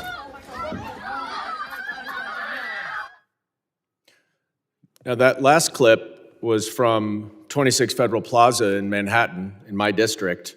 The individual, the officer, was immediately suspended when the Department of Homeland Security said that conduct is unacceptable and not representative of ICE. 3 days later, he was reinstated. I referred that case to the United States Attorney's Office, because if we are talking about prosecuting assaults, that's one that seems like it might be prosecuted. We've gotten no word. And the reason why this is dangerous is that force is obviously unnecessary. There are no people, no women, no old men, no pellet guns necessary in what we saw on those videos. There are circumstances, and let's be very clear, where protesters or others are acting violently, breaking the law. They should be charged. But that does not mean that it gives ICE a license to use excessive force whenever they want. And the problem with these masked, unidentified, plainclothes officers is not just something that you hear from this side of the aisle. It is not something at all you hear from that side of the aisle. But it is something that you hear from the FBI itself and the director, Kash Patel, who wrote a letter to the Department of Homeland Security urging ICE officers to stop walking around with masks, in plain clothes, and unidentified, because numerous crimes are being committed by others, criminals, imitating ICE officers, including in my district, where a man approached a woman, said he was an immigration officer, and then directed her to a nearby stairwell where he punched her, tried to rape her, and stole her phone before she was able to get away. That is why I've introduced the No Secret Police Act. Our law enforcement agents should not be masked. And we hear about this number, 1,000% of threats now that have been raised. The data shows that there's a 25% increase of charged assaults against law enforcement officers. That is too much. That is not okay. There's obviously a dramatic increase in operations, but we should not have in this country our law enforcement agents walking around in secret using excessive force like that. You all, I know, agree that. We don't need secret police in this country. All the criminal law enforcement agents wear masks, as you say, for operational Gentleman's reasons, time has expired. I now not to recognize the hide their gentleman face. from Arizona. And I thank you, and I yield back. Mr. Crane. Thank you, Mr. Chairman, for holding this hearing today on how anti-law enforcement rhetoric fuels violence against officers. I want to thank you also to the panel for showing up today. I also want to point out that Mr. Goldman was just, talking to Mr. Thompson about how these agents, get up every day and they're not putting on uniforms. And then he showed several videos, and I want to point out that 90% of the law enforcement officers in those videos were, in fact, wearing uniforms. Now I want to pivot to you, Mr. Hodges. In your opening testimony today, I want to read through some of the transcript that you provided the committee. You said, "I've been on the receiving end of threats and violence due to the work I've done in the name of the law." Did you say that in your opening testimony? Yes. You also said in paragraph 4, law enforcement is predicated on the notion that we are a nation of laws. Did you say that as well in your opening testimony? Yep. And then you say on the second page, "The fact of the matter is that right now in the United States of America, there is a secret police force abducting people based on the color of their skin." Did you say that as well? Yep. You really believe that? Yep. So you don't think that our law enforcement officers are going out and trying to arrest people who are here illegally that are also have been convicted of crimes? You don't think that that's what they're doing? I think they do that sometimes, sure. Yeah, that's what they're doing. And it's funny because you say in your testimony that I've been on the receiving end of threats and violence due to the work I've done in the name of the law, yet you're sitting here and you're saying that these law enforcement officers, you're fueling the same rhetoric, and now people are going to come after them for that. Do you agree with that, Mr. Thompson? 100%. Mr. Hughes? What about you, Mr. Yoes? Absolutely. And I appreciate your service. I do. I know it's not easy to put on a badge, but I can't believe you would sit here and say that. You would complain about the treatment that you've received because of the work that you've done in the name of the law, and then you have the audacity to come in here and say that these men and women, federal law enforcement officers, are going out there abducting people because of the color of their skin? Yes. Yeah, that's rich, and it's pathetic, and you should be ashamed of yourself. It's funny because I got a buddy of mine who doesn't have the same color of skin that I have, who's texting me right now during this hearing, watching you. Guy worked in the Border Patrol for a long time, and he told me, he texted me, that's a slap in the face to all of us who go out there and fight against cartels and criminals each and every day. You're trying to make it about color of skin, and we all know at the end of the day, there are so many law enforcement officers, great law enforcement officers that represent all of our communities that have every color of skin out there. They pray to different gods, and they're just trying to do their job. Do you find that ironic that you're actually doing the same thing that you're complaining about in your opening statement? Is that lost on you, Mr. Hodges? I don't understand the question. Yeah, I figured you wouldn't. Immigration and Nationality Act. The Immigration and Nationality Act, INA, gives the Department of Homeland Security, DHS, broad authority over immigration enforcement, detention, and removal. DHS agencies like ICE, CBP, USCIS exercise powers delegated under the INA, including arresting, detaining, interrogating, and removing non-citizens who are in violation of immigration laws. That's exactly what they're doing. They're actually carrying out the laws that we pass in this country. That's pathetic, man. I want to play a video. You guys got my video? Anybody? All right.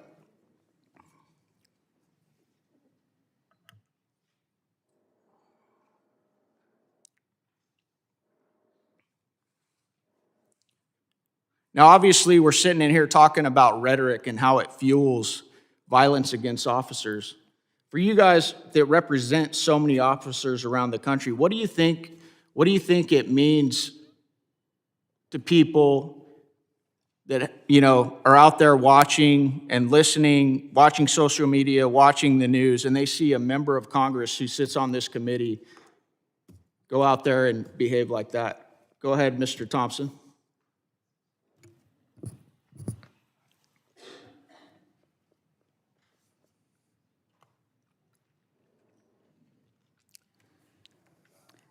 I'm appalled. I'm disappointed.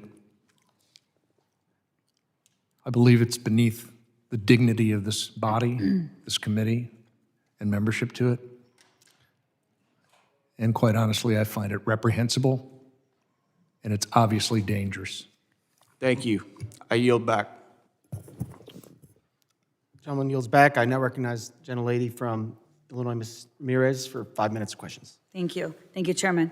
Well, let me step back for a second and say that I think that today's hearing should be titled, "When Badges Become Shields, How Department of Homeland Security Agents' Violations of Our Rights Fuel Distrust and Anger." To suggest that DHS agents are professional law enforcement officers bound by the same oversight and accountability is ridiculous. You see, law enforcement officers, they go through vetting before training. But new ICE recruits are irresponsibly being accelerated from vetting to training and are only dismissed if DHS finds out about the retroactively acts on information about their failed drug tests, about their criminal backgrounds, or other requirements that they have failed. Law enforcement officers are required to wear badges. They show their faces and they identify themselves. But DHS agents, they use anonymity to terrorize our communities and to violate our rights. There are mechanisms for law enforcement officers to be held accountable by the public, investigated, and disciplined. And those mechanisms are in place for the safety of the officers and the American people. But DHS agents, they reject accountability, they disregard court orders, and they violate consent decrees. Bottom line, DHS agents lie. They act with impunity, they reject checks and balances, and they ignore Congress and the courts. The American people's anger and tolerance of DHS violations of our rights, that's what's the result of DHS unlawful, unaccountable, unconstitutional actions, which put the American people and our liberties at risk every day. Let me be very clear. The Department of Homeland Security, you can quote me on that, is the single biggest threat to public safety right now. You see, DHS agents are using chemical weapons, as you've seen already on footage, on protesters and bystanders by at least 49 times across 18 incidents in Chicago and the suburbs since October 1st.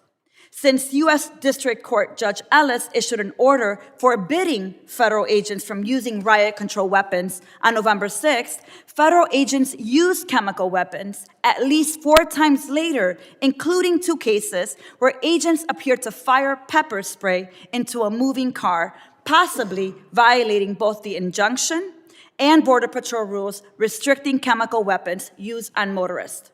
Greg Bavino and the DHS claimed that he had been hit by a rock in the head before throwing a tear gas. But thankfully, there was video footage, and the evidence disproves it. And he ultimately admitted he was not hit until after he threw the tear gas. Look, the government alleged that Marimar Martinez used her car to assault and impede federal law enforcement. But then, federal prosecutors themselves filed a motion to dismiss their own case. Why? Because while she didn't assault the agents, they did shoot her 5 times, and then they went on and they bragged about it. And you know why rank and file agents think that they're above the law within ICE, within Department of Homeland Security? You know why? Because their leadership, Kristi Noem, they think that they're above the law. DHS leadership lies, they act with impunity, they reject checks and balances, and they ignore Congress and the courts. You know, people keep asking us around the country, why is it that DHS is allowed to behave this way? Well, the truth is that DHS was intentionally established with an overbroad mission and unchecked power. And Republicans, many of them in this room right now, expanded that unaccountable power with a blank check and unlimited personnel. Why? To terrorize people, to violate their rights, because fear is the point. But nothing that DHS is doing is making us any safer, and Americans are done.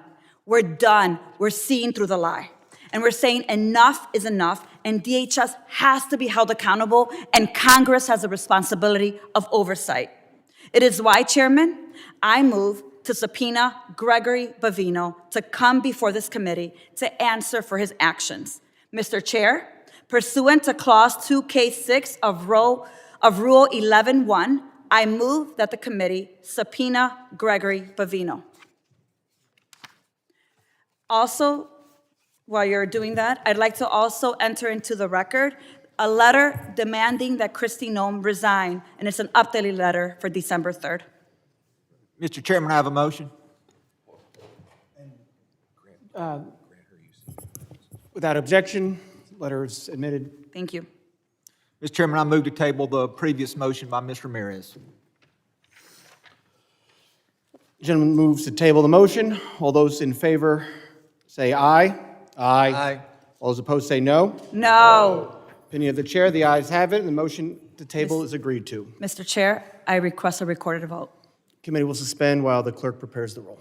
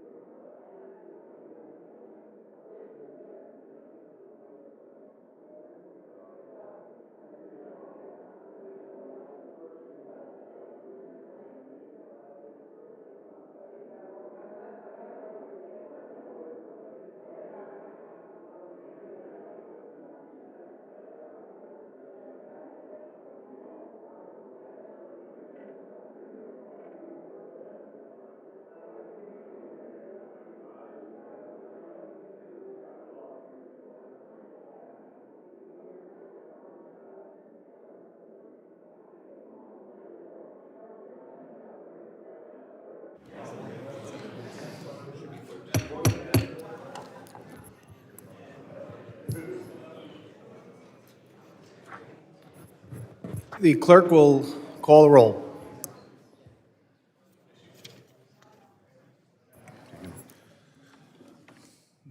Mr. McCall. Mr. Guest.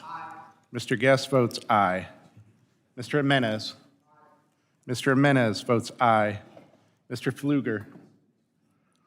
Ms. Green. Mr. Gonzalez. Mr. Gonzalez votes aye. Mr. Luttrell. Aye. Mr. Luttrell votes aye. Mr. Strong. Aye. Mr. Strong votes aye. Mr. Burkeen. Mr. Burkeen votes aye. Mr. Crane. Mr. Crane votes aye. Mr. Ogles. Mr. Ogles votes aye. Mrs. Biggs. Mrs. Biggs votes aye. Mr. Evans. Mr. Evans votes aye. Mr. McKenzie. Mr. McKenzie votes aye. Mr. Knott. Mr. Knott votes aye. Mr. Fong. Mr. Fong votes aye. Ranking Member Thompson. Nay. Ranking Member Thompson votes nay. Mr. Swalwell. Mr. Correa. No. Mr. Correa votes no. Mr. Canadar. Mr. Magaziner. No. Mr. Magaziner votes no. Mr. Goldman. No. Mr. Goldman votes no. Mrs. Ramirez. No. Mrs. Ramirez votes no. Mr. Kennedy. No. Mr. Kennedy votes no. Mrs. McIver. No. Mrs. McIver votes no. Miss Johnson. No. Miss Johnson votes no. Mr. Hernandez. No. Mr. Hernandez votes no. Miss Poe. No. Miss Poe votes no. Mr. Walkinshaw. No. Mr. Walkinshaw votes no. Mr. Carter. Mr. Green of Texas. Green of Texas votes no. Mr. Green of Texas votes no. Are there any members who have not been recorded that wish to vote? Clerk, how am I recorded? The chairman has not yet been recorded. Chairman votes aye. Chairman Garbarino votes aye. Report to tally.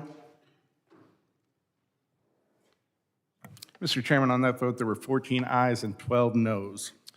Motion is agreed to, and motion to table is agreed to.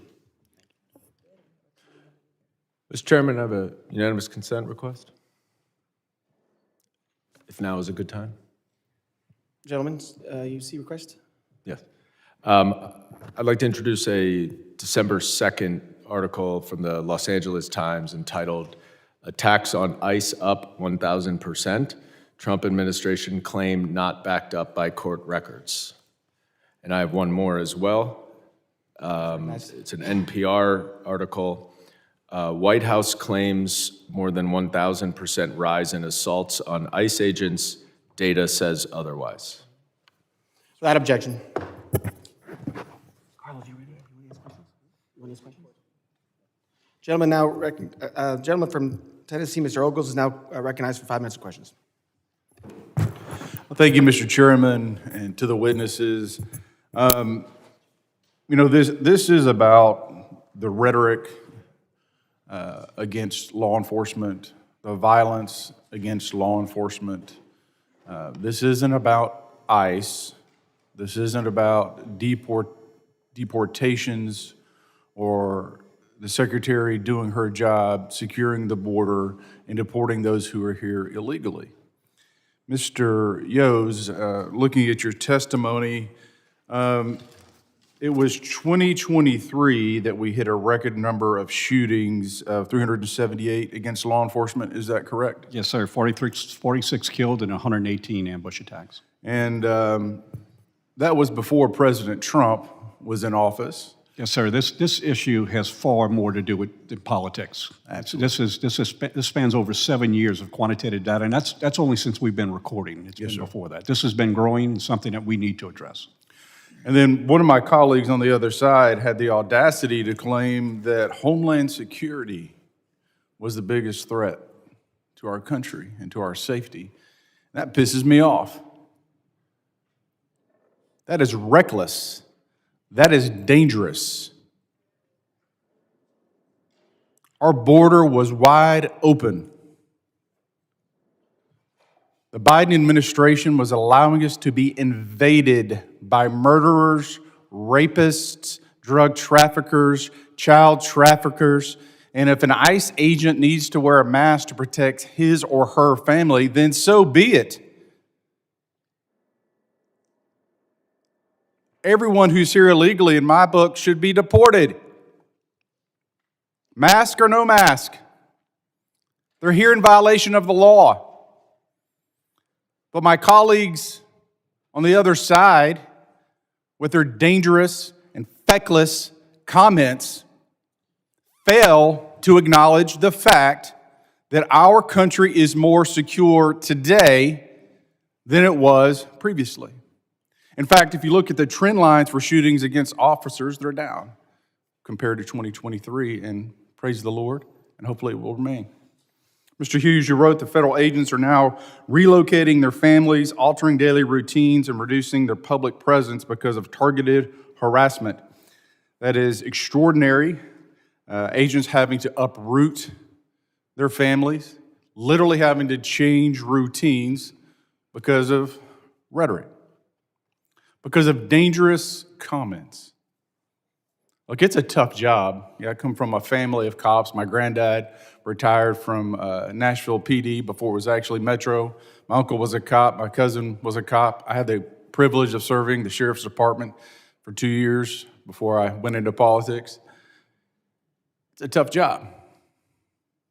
Every day you put your life on the line. My very first call was an Army Ranger with PTSD who had a knife. Fortunately, I was able to put a countertop between myself until, quite frankly, more experienced officers were able to arrive and talk him down, and he put down the knife, and we got him help. Every day, you put yourself in harm's way.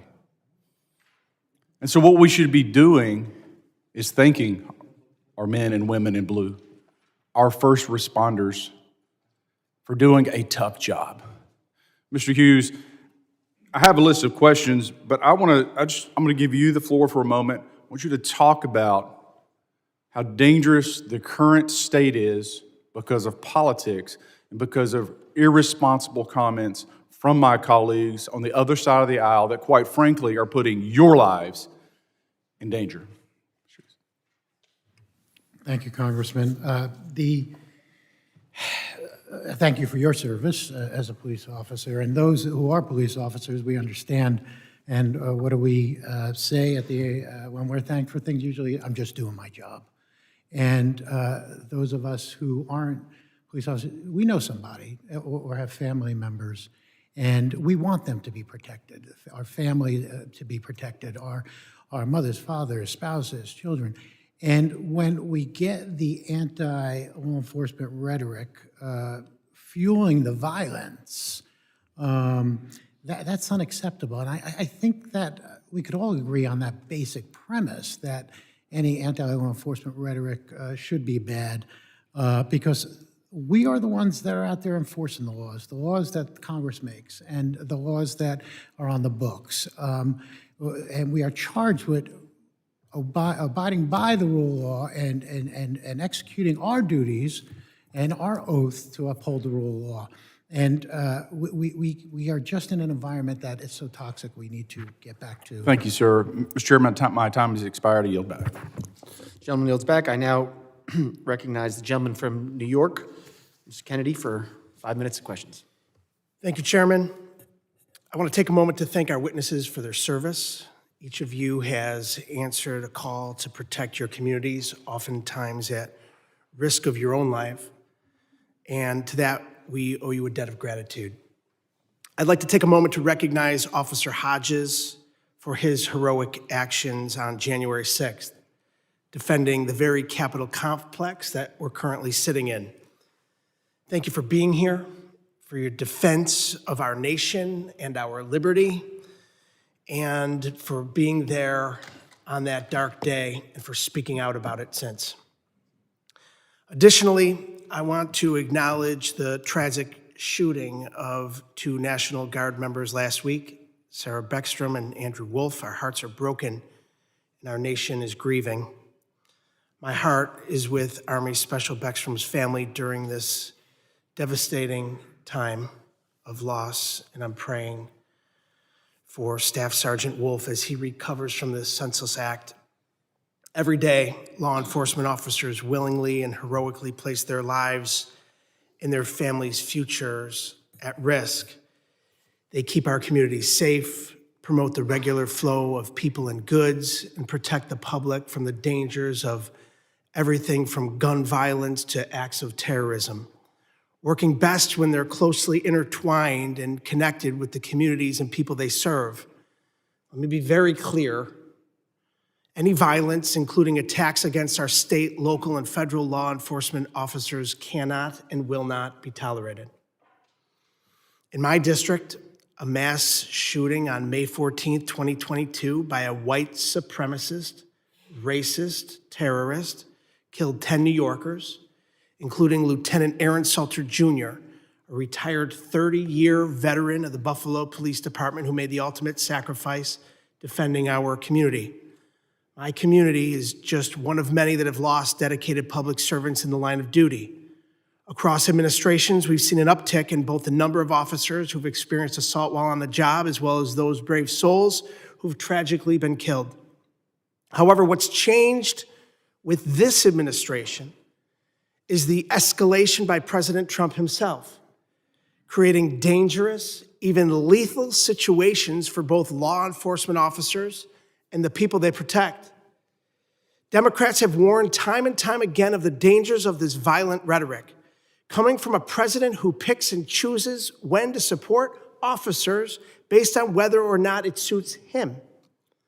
If it's to terrorize communities and detain American citizens, this president throws his full weight behind law enforcement.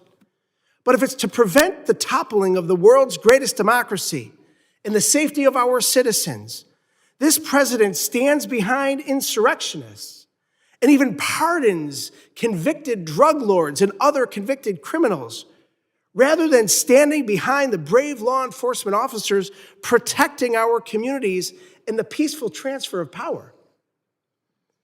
Furthermore, President Trump is defunding the police, systematically undermining public safety as we know it. And while he's making inflammatory statements insinuating the need to execute members of Congress, he's canceling counterterrorism grant programs designed to support state and local police, unleashing unnecessary and violent ICE raids in peaceful communities and residential neighborhoods, degrading and neglecting critical Homeland security missions, proposing to slash budgets for the FBI, ATF, and DEA, and has done nothing to combat the scourge of guns on our streets that injure officers every single day. Taken as a whole, Trump's inflammatory rhetoric, his own unwillingness to follow the law, and his failed policies undermine officer safety and threaten the very communities they protect and serve. Officer Hodges, you defended the Capitol on January 6th and suffered severe injuries at the hands of an individual who's now free thanks to President Trump's pardon. What kind of message is the president sending to individuals looking to carry out violence against law enforcement personnel? Pardoning people who assaulted myself and my colleagues, who attacked the Capitol, tells them that they can do it again, that they can do it with impunity, that they will face no repercussions for their actions. And unfortunately, that message is received loud and clear. My time is up. I yield back. Gentleman's time's expired. I now recognize the gentleman from Texas, Mr. Gonzalez, for 5 minutes of questions. Great. Thank you, Chairman. Thank you, everybody, for being here today. You know, this committee used to be a committee that would talk about policy, and now I feel like all we do is talk about politics. There's enough politics in this town. I'm going to use my time to talk about some policy. In the city of San Antonio, just recently, ICE, the ICE facility there had a package delivered with white substance, right, as an intimidation factor to try to bully ICE to not do their job. I think it's absolutely sickening, and it's ultimately dangerous. My question to you, Mr. Hughes, what can we do to continue to support ICE agents, whether it's, in particularly ICE agents? Is there anything we can do as lawmakers to show that we support the rule of law? Thank you, Congressman. Look, the polarization you referred to is just unprecedented, and we're in really a hard time right now, where we really need to bring it back and really look for answers together. That said, there are many recommendations that we made, FLIOA made, in looking at enhancing 18 U.S.C. 111 or 18 U.S.C. 912, other bipartisan bills like Protect and Serve Act, Back to Blue, and Blue Shield Privacy Act. We need to be looking together, a bipartisan way, to come up with protections for ICE and others so that they can do their jobs in an effective way in protecting us and defending the rule of law. Wonderful. Thank you for that. And I agree with you. We need to tone down the rhetoric and we need to bring more solutions to help things. If you have policy discussions, let's have those policy discussions, but let's not blame the men and women that are executing the policy that we're making here in Congress. My next question is for Mr. Thompson. Sheriffs. I love my sheriffs. They run things in my district, right? Sheriffs like Ronnie Dotson and Thad Cleveland out in West Texas, Randy Brown, tallest sheriff you ever meet in your life, just doing amazing stuff. I've done a lot of ride-alongs with these sheriffs. I mean, they're on the front lines. I view them as frontline leaders. My question for you is on these task forces. I'm a big fan of task forces. I think the anti-gang and anti-terrorism task force often led by DHS or FBI, I think those work. I've spent a lot of money, or spent a lot of time and energy making sure that those work. In your opinion, what is your thoughts on these anti-gang terrorism or task forces and the role that sheriffs should be playing? Well, thank you for the question, sir. I appreciate it. Two thoughts. One, task forces have been around for decades. They go back to organized crime days of the 30s and even further back in many ways. They are around because they do work. It brings together a team approach, a holistic approach to responding to either perceived crime, actual crime, or the recovery from crime. So they do work, and they have the. I want to make one point. Crime in this country has changed. It's much more sophisticated than it's ever been. The cartels have more money, more time, more interest in doing what they do. That's why, in my estimation, I think the president did do the right thing by designating the cartels as terrorist groups. The point I'm making, though, is that for this committee especially, I think we all need to recognize that with the sophistication and the breadth and absolute indoctrination into our country of these cartels, we have to do things differently. We have to do them vastly different. We need a greater sense of urgency on cybersecurity. You saw that in my testimony. We need to invest in that, especially in these smaller agencies.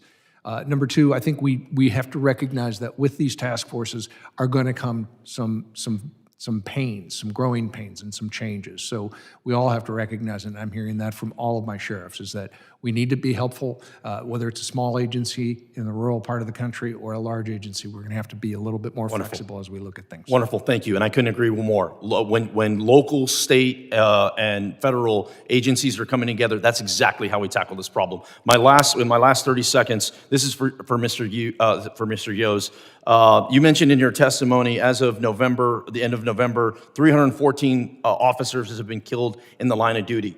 I'm from San Antonio. I represent a very large district that goes all the way to El Paso, but I was shocked that my police officers in San Antonio do not have bulletproof vehicles. Zero. There are zero bulletproof vehicles. And when I tried to help them get bulletproof vehicles, it was liberal mayors and liberal city councils that prevented that from happening. My question is this. I have a bill that helps local law enforcement officers get bulletproof glass vehicles. Do you think that would help keep our police officers safe?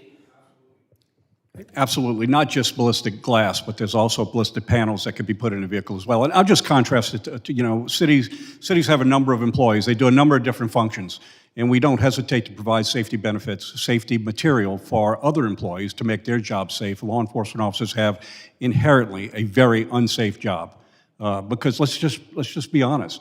There are people in society that many would like to think don't exist, and we deal with them. And so giving us the tools necessary to do our job and go home to our families, That's 2,553 families that have been shot. And let me tell you, the numbers are staggering how many were killed. But what's even more staggering is this is lives that have been changed.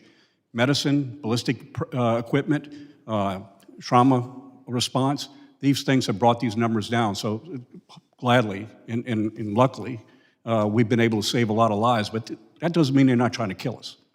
Thank you again, gentlemen, for your service, and thank you, Chairman. I yield back. Gentleman yields back. I now recognize the gentlelady from New Jersey, Ms. McIver, for 5 minutes. Thank you so much, Chairman, and thank you to our ranking member and to our witnesses for joining us today. Thank you for serving our communities. Specifically to you, Mr. Hodges, I am just in awe to see you here today, and I want to thank you for your service, specifically for protecting this very institution. It's unfortunate that Mr. Crane had to run out of here for my comments, but you know, I want to apologize to you for his comments, because for him to have the audacity to be disrespectful to you, giving your honorable service to protecting this very body, is a shame. Republicans only have respect for law enforcement that supports their political agenda. That is a given here that we see all the time.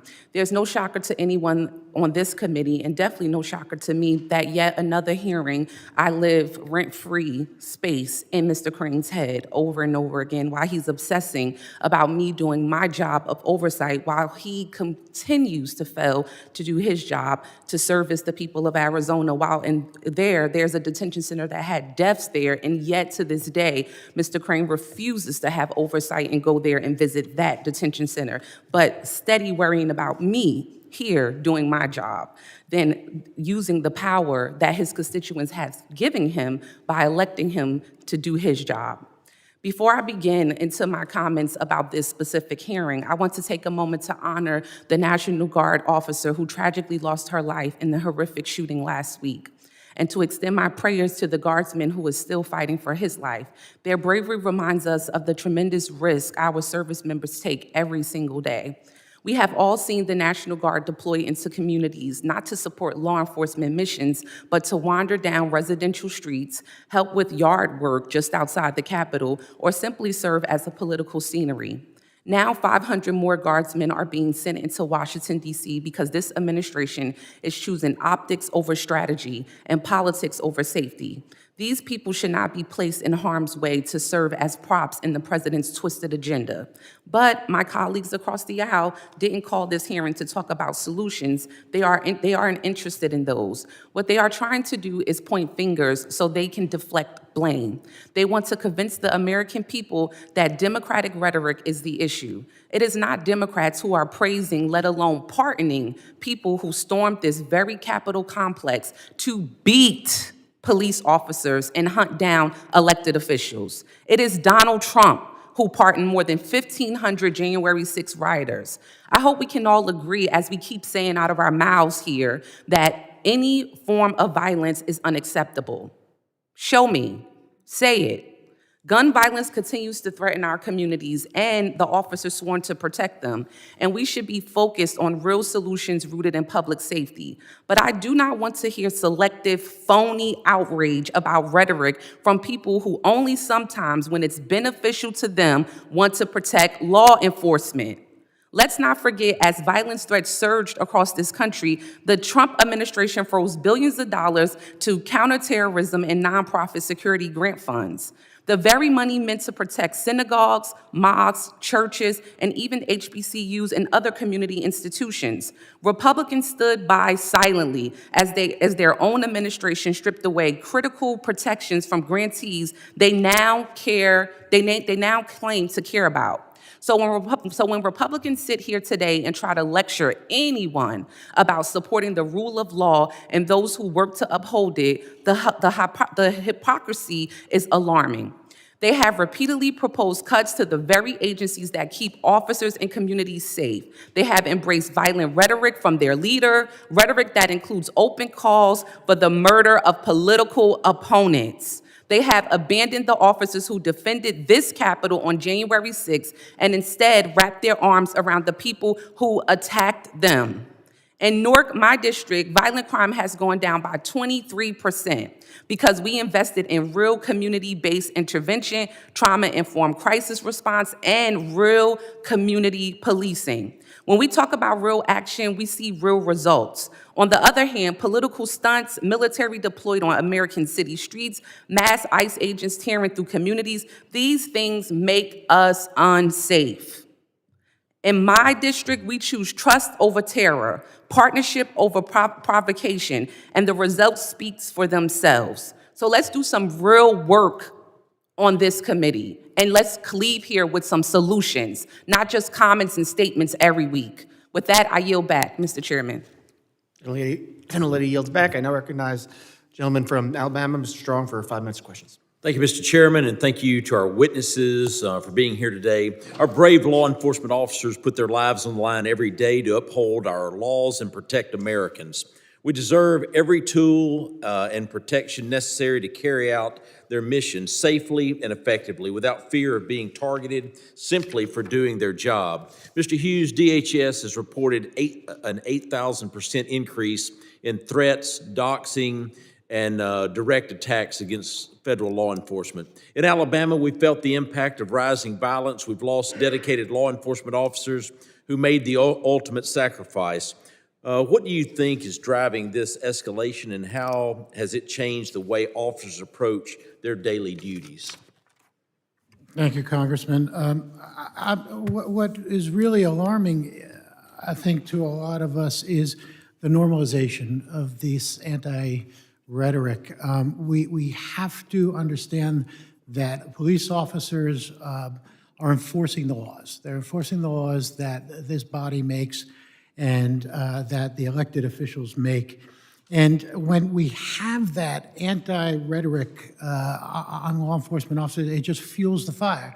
A lot of it's social media. We see social media that puts out information that isn't necessarily true all the time, and it just fuels the flames. And it makes the violence against police officers seem normal. It's not right. It's against the law, and we need to do something about it. Thank you. I want to shift briefly to the intelligence side of this, because when we see coordinated ambushes and targeted attacks, it raises serious questions about prevention. Mr. Hughes, are there specific intelligence sharing gaps between federal, state, and local agencies that make it harder to detect or prevent coordinated attacks against officers? You know, after 9/11, we're supposed to really be filling these gaps with intelligence and sharing of information. But we need more. We need better sharing of information. We need to be sharing information, federal, state, local, tribal, territorial, to make sure that all law enforcement has the information to make informed decisions. That's what you all do. That's what we need to do as well. If we are missing pieces of information, that will affect the operational effectiveness. Thank you. Turning to our state and local partners, we're hearing that this isn't just a federal challenge. It's hitting sheriff's deputies, local police across the country. Mr. Thompson, are you seeing a measurable recruitment or retention impact at the local level as a result of these threats and the more hostile talks around policing? We are indeed. I know of several agencies, sheriff's offices, PDs as well, that are short bodies in the neighborhood of 40, 45%, some even higher. Let's remember, smaller agencies are always even more difficultly confronted with these challenges. You have 10 deputies and you lose 3 people. The time to replace those it's months to get that done. It's happening on an increased pace. We're seeing it slow a bit, but it's still very, very bad.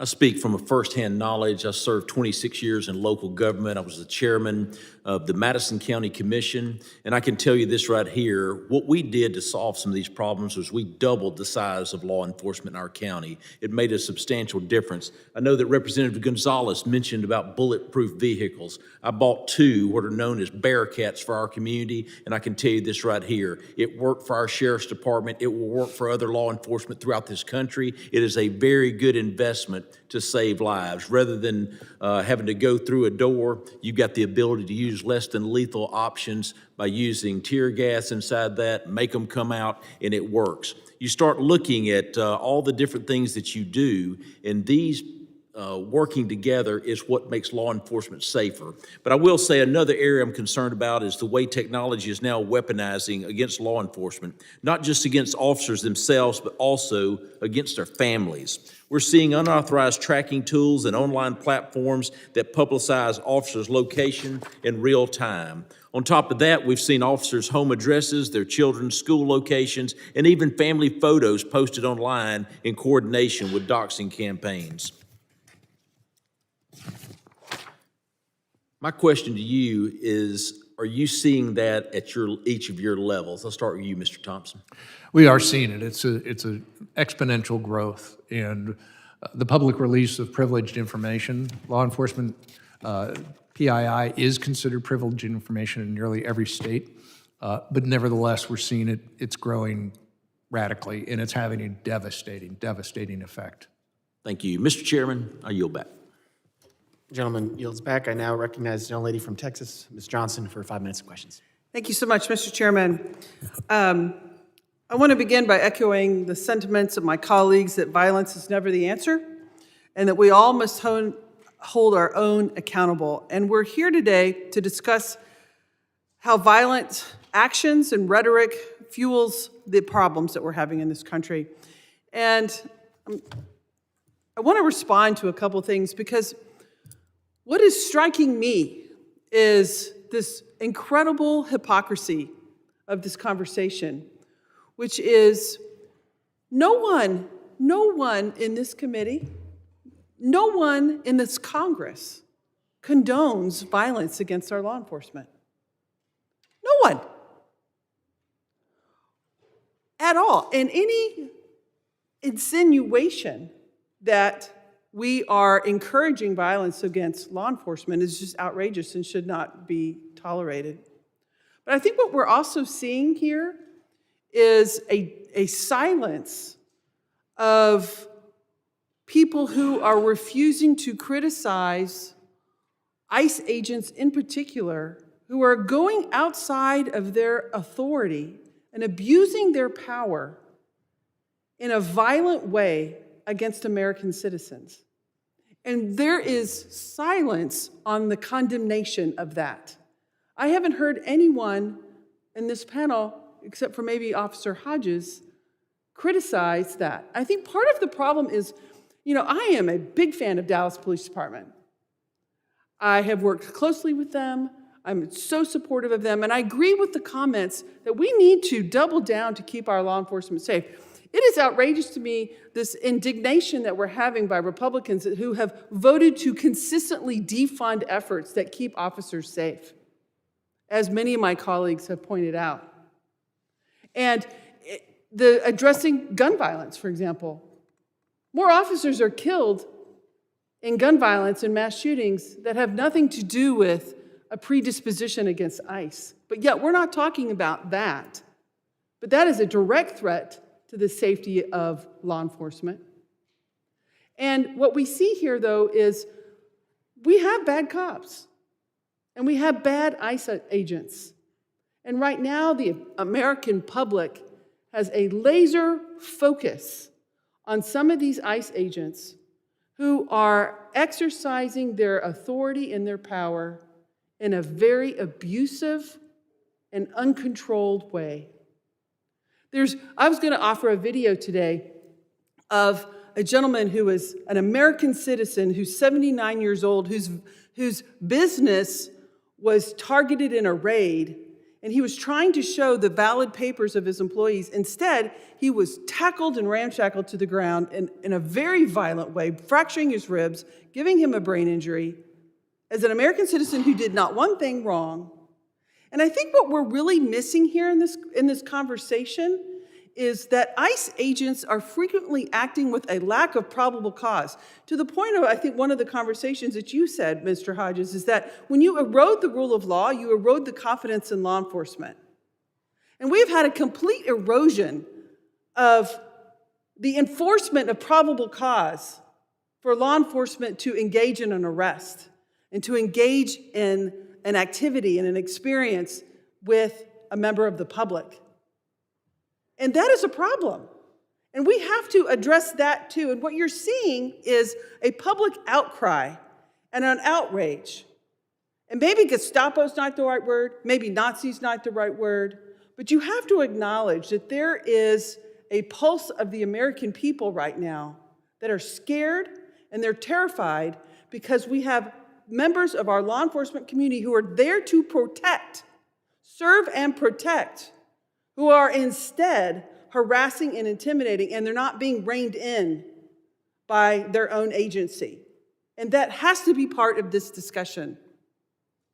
And because until then, it's all of it.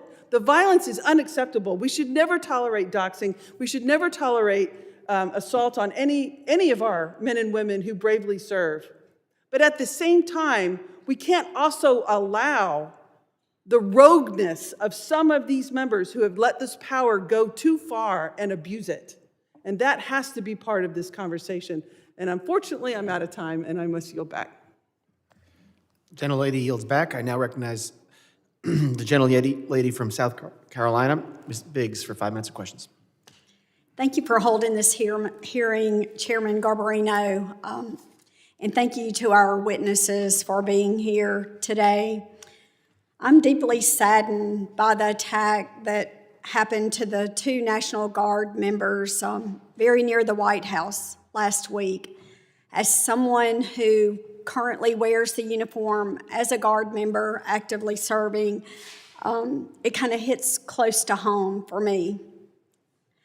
My heart's with their families, and as a mother, I can't imagine what they're going through during this Christmas and holiday season. It's very sad. And also to the fellow service members, imagining what they're going through at the loss of a peer.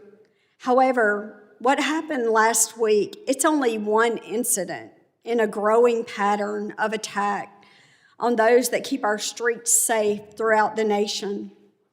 Many incidents are just lone actors, just individuals, but many are not. In June, NGOs handed out protest kits. That included goggles and face shields and gloves at the Los Angeles riots. In July, alleged Antifa members attacked an ICE facility in Texas, where 11 were arrested and several face terrorism charges now.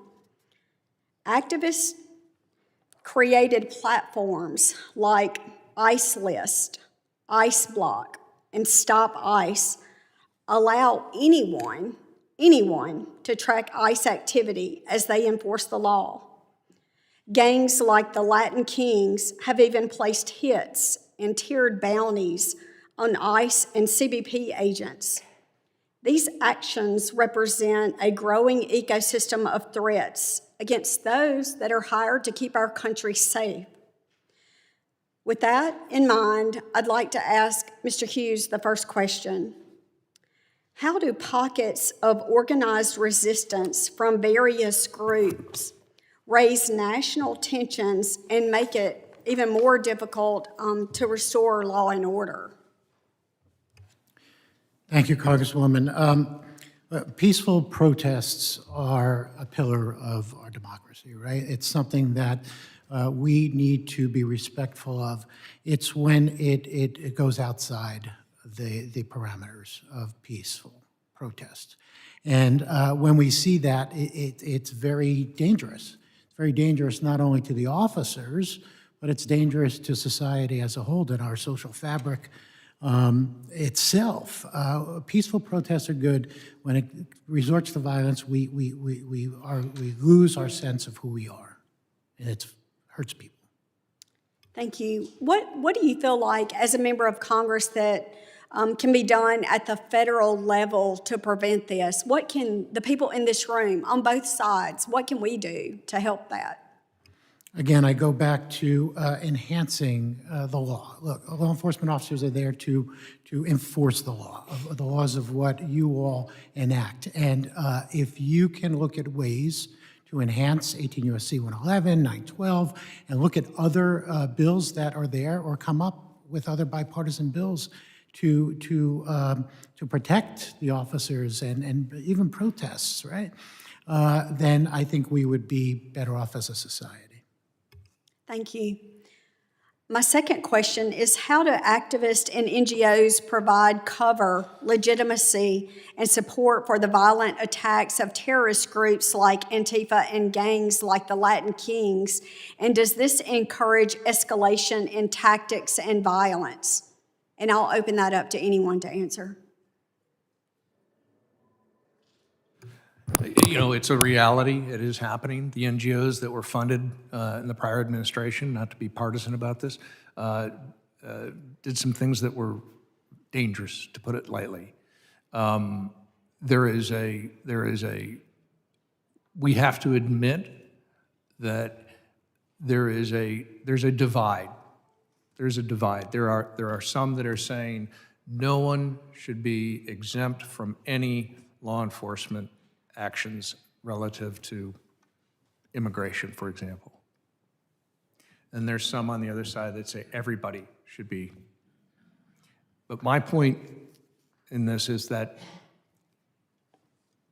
we cannot look to non-governmental organizations to put thumbs on the scales when given taxpayer monies, and that's happened, and it's got to stop. Thank you very much. And with that, I yield back. Gentlelady yields back. I now recognize the gentleman from Puerto Rico, Mr. Hernandez, for 5 minutes of questions. Thank you, Mr. Chairman. I find the lack of bipartisanship on this issue deeply concerning because I think it's completely possible and logical to be able to hold two ideas at the same time. That most protests are peaceful and that most law enforcement officers are law-abiding, patriotic American citizens out to do their job and fulfill their duty. And they have my unequivocal support. I come from Puerto Rico. Puerto Rico is a high-crime jurisdiction. We've had many law enforcement officers fall in the line of duty for reasons completely unrelated to politics. And every time it happens, the whole island unites behind them in full support, in full solidarity, in absolute sympathy with their families as victims of crime. Now, I believe in holding people accountable. I think that's an essence of law enforcement. It's what prevents crime from becoming worse. And so when officers fall in the line of duty, I think it's crucial that we hold the people who committed those crimes accountable. When officers are assaulted in the line of duty, I think it's critical that we hold those people who committed those crimes accountable. But accountability is a two-way street. And so I am worried that in our defense of law enforcement, we are letting the few, the very few, the incredibly few, and I want to emphasize that point, that fail, go without any sort of accountability. So for example, like when ICE picked up Aracelis in Cabo Rojo, someone who was legally in Puerto Rico, and took her all the way to Texas without being able to contact her lawyer, ICE should be held accountable. When ICE agents shoved a pregnant woman and she fell down during a raid, putting her unborn child at risk, those ICE agents should be held accountable. When far-right activists attacked Capitol police officers on January 6th, they should be held accountable, and pardoning them is not holding them accountable. I regret generalizations, and I think calls to defund the police and categorical statements towards police officers and law enforcement agencies tend to do more harm than good. But we cannot ignore the necessity and the importance of accountability. And speaking of accountability, you know, this administration has illegally frozen and canceled key public safety grants. And in my district, one of those affected entities is Taller Salud, an entity dedicated solely to community-based violence intervention that collaborates with law enforcement to strengthen public safety. And Taller Salud, which works to reduce violent crime, support victims, and strengthen coordination with law enforcement, faced a $2 million cut in their community violence intervention program grant this year. And without this funding, the ability of local partners to prevent violence, to support survivors, and to serve high-risk populations, especially women and children, has been severely undermined. So in July, I sent a letter urging the DOJ to reinstate this funding. But although DOJ has not responded, I will continue pushing for answers and for the restoration of this essential funding. So my questions are pretty straightforward, and I hope they can find some cross or bipartisan support. To all witnesses, to all of you here, how will reducing the grants and money awarded to state and local law enforcement officers hurt their efforts to keep our communities safe? Start with Mr. Hughes. So, Congressman, thank you for the question. And like you spoke about accountability, and accountability is essential in everything that we do. Because once we lose that accountability, we lose the public trust, we lose the strength of the institutions. We need to have the accountability. And I'll say also that nobody should be going outside the law. No law enforcement officer, nobody. And hopefully there's no debate on that. We all have to act in accordance with the law. And if we don't, we should be held accountable. So we need to be working as a body here to ensure that the laws reflect that, and we're providing the protections and the strengthening of the laws to do that, and then the law enforcement officers can act accordingly. Mr. Thompson. I'll address the grants. We're broke as a nation. We're $37 trillion in debt. Everybody's got to take some action. Well, I disagree. I understand that, but I also disagree. I've seen spending go up in areas that are not necessary, while spending goes down in areas that are. I disagree with your point, and I see my time is up, so I yield back. I'll address the grants question, and the grants, they hurt. There's no two ways about it. When those dollars don't make it down to the boots on the ground, protecting us, it hurts. Thank you. Gentleman yields back. I now recognize the gentleman from Pennsylvania, Mr. McKenzie, for 5 minutes of questions. Thank you, Mr. Chairman, and thank you to all of you that are here representing law enforcement across the country. We appreciate your bravery and dedication to our communities that you exhibit every single day to keep our communities and our country safe. So can't thank you enough for everything that you and those that you represent do. I have two different categories of questions. First, I'd like to talk about immigration law and enforcing immigration law in our communities, and then secondly, would like to talk about the horrific actions against our law enforcement officers that we've seen in rising numbers recently. So in the first category of enforcing immigration law, I'd like to go to Mr. Hughes. Millions of illegal aliens have entered our country for numbers of years during the Biden-Harris administration, many of whom disappeared into communities with no monitoring or accountability across our country. And so my question is, what potential threats do they continue to pose to American communities if these individuals are not caught and investigated? And what should we be doing to continue to round up those violent illegal immigrants who are in our local communities? Thank you, Congressman. And I think it's important. We always have to be looking at the violent criminals and those who pose a threat to our communities. And we need to be looking at the support to do that. The support from this body and the support of the administration and support of others to be able to fight violent crime and to ensure that we're enforcing the laws that are on the books. It's the officers that are on the ground who are enforcing the law. They're not making the law. If the law needs to be changed, that's Congress's job.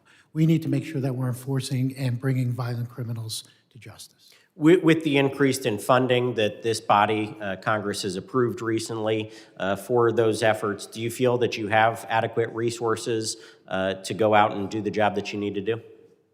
That's yet to be determined. The resources are given, it's being utilized, and it's hard for me to comment on that. I'm not I'm not an active law enforcement officer, but that's soon to come. We could always use more resources. Understood, and certainly agree with that. That's why I continue to support increased funding both here in Congress and for our local law enforcement back home, and understand that need and want to continue to work to provide appropriate funding to make sure that we keep our communities safe. Next, Mr. Yoes with the Fraternal Order of Police. First, I'd like to commend your organization. We have a terrific Pennsylvania FOP led by Joseph Regan. Local chapters that are fantastic in all of our local communities. They do great work in representing their membership and also law enforcement in our communities. And so want to commend you and make sure that we get that on the record as well. We have seen this increased rhetoric, this anti-police rhetoric. There was the defund the police movement. Thankfully, I think even those that espouse those beliefs have come to recognize that was maybe the dumbest political thing that they could have ever said. So they have backed off of that, and they have started to change their tune. They've come around and woken up to the realization that we need law enforcement in our local communities. But that rhetoric has damaged our law enforcement capabilities. When I talk to our local law enforcement, they say that they are challenged to find people that want to fill these jobs. Recruitment is down, retention is down. Talk to me about what you're seeing and experiencing in recruiting new members, retaining those people, and how you're addressing those issues. Councilor, thank you for the question, and you are correct. We do have a very strong membership in Pennsylvania. We actually got our birth there 110 years ago, so that's where the Fraternal Order of Police was started. So it is very near and dear to me. You know, you bring up a very good point. You know, we went through this period where we had discussions about defunding police. We needed to take power away and take resources away from law enforcement officers, somehow thinking it was going to make better communities. And you're right, we have moved past that. I think most recognize that if you want to have an impact on law enforcement, you ask a law enforcement officer because they do it every single day. So when we have discussions on how we improve the criminal justice system and exclude a very important part of that, you're going to end up with results, I call them failed experiments, because we know unless you have everyone sitting at the table having these discussions on how to improve it, you're going to have problems. So we went through this whole defunding period where we did so much damage to law enforcement. While we might have moved on from the whole concept of defunding law enforcement, what we did is we made it less appealing. So we have a recruiting, I'll argue with it, we don't have a recruiting and retention problem, we have a retention and recruiting problem. Because the best recruiters we have are the people that are law enforcement officers who recognize somebody within a community and say, you have the qualities that we need within our community. Why don't you come help us shape the future of our community? That's how they got into law enforcement. They didn't get into law enforcement because they saw a commercial on TV and said, join my agency, or some slick ad. No, they got in because of a personal connection to somebody that reached out to them. We've made our jobs so less appealing to people that we're dealing with a problem. And here's the problem with it. It is almost generational. Because you can't hire an officer today and expect them to be an effective officer for probably 5-6 years. So every time we have somebody walking out the door, know that it is not easy to fill that position. Well, again, I want to thank you. The people that are in law enforcement in our local communities, by and large, do a terrific job every single day. We commend them, we thank them. There are friends in our local communities that keep us safe, but the anti-law enforcement rhetoric that we've heard from defund the police, and that's passed, what is going on against ICE agents? Gentleman's time's expired. I now recognize that anti-rhetoric, anti-police rhetoric, and we need to move on from that as well. Thank you. Thank you, Mr. Chairman. First, let me open by stating that violence against law enforcement officers is reprehensible. I condemn it in the strongest possible terms. Our brave law enforcement officers risk their lives every day to keep our communities safe. As lawmakers, we must have their back. At the same time, law enforcement officers who are acting outside the bounds of the law need to be held accountable. These bad actors undermine the good work that officers do and create distrust in our communities. We need to balance these needs so that we can stop the actions that are terrorizing our communities, families, and children. We need to ensure oversight, while at the same time, we need to provide our officers with the funding and tools they need to keep us safe. I am proud that 2 of my bills do this and have earned the endorsement of the Federal Law Enforcement Officers Association testifying here today. One bill, the Leo Fair Retirement Act, would address the retirement cliff for law enforcement that helps prioritize recruiting and retaining officers. I have also prioritized bringing federal dollars back to my district to equip law enforcement ahead of the World Cup. Now, like most Americans, I was appalled by this administration's decision to pardon more than 1,500 violent criminals who took part in the January 6th attack on law enforcement and the American democracy.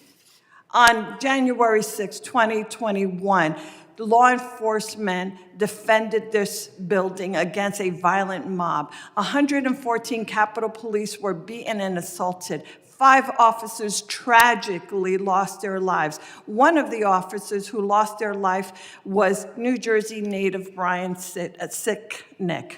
I am also very concerned by this administration's budget proposal, which seeks deep cuts to the FBI, AFT, and DEA agencies who keep guns and drugs off of our streets. These agencies are crucial partners to our state and local departments. The proposed cuts continue to a pattern of behavior of defunding the police by this president.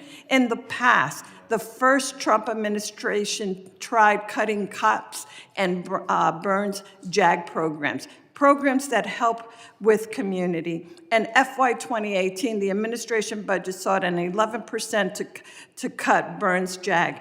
The next year, it proposed completely eliminating the cops office and cut the COPS program by over 50%. Then in 2020, it again tried to erase the COPS office. I strongly oppose efforts to dismantle these key programs that keep police officers and the public safe. Let me just begin by asking Mr. Hughes, many of the guns that are used to shoot officers as well as community members were illegally possessed. We must do everything that we can to get illegal guns off of our streets. Unfortunately, the AFT is hamstrung in its ability to trace guns used in these crimes. I recently introduced the Crime Gun Modernization Act to bring AFT into the 21st century by allowing AFT to electronically trace fire guns used in crimes. Can you please explain how modernizing crime guns tracing would give law enforcement a key tool to keep officers and citizens safe? Thank you, Congresswoman. Appreciate that and appreciate your support for enhancing federal law enforcement recruitment and retention, and that includes your leadership with the Law Enforcement Fair Retirement Act, which is a priority of LEOA. The Gun Crime Tracing Modernization Act.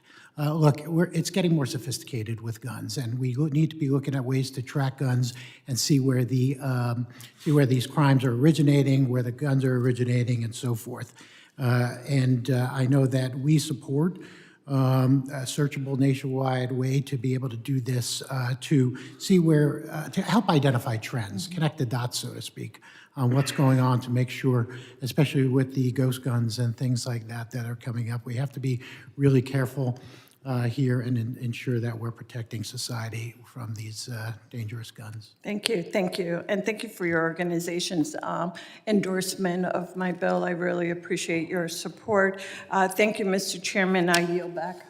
Gentlelady yields back. I now recognize the gentleman from North Carolina, Mr. Knott, for 5 minutes of questions. Thank you, Mr. Chairman. It's great to be back in the committee. To the witnesses, thank you for the work that you do, the organizations that you represent, and the support that you provide law enforcement all over this country. And I must say, I'm a little bit surprised that the Democrats in this room and around this Congress are trying to paint the mirage that they actually support law enforcement, that they have law enforcement's back. I don't think they're going to be successful. The level of dishonesty that we're hearing even today, just a short recollection, defunding the police, That's a Democrat priority. Cashless bail, that's a Democrat policy. Weak laws and light sentences, that's a Democrat problem. Open borders, the Democrats defended that ferociously, and they continue to defend that policy in this very committee. No vetting admission into this country, that's a Democrat issue.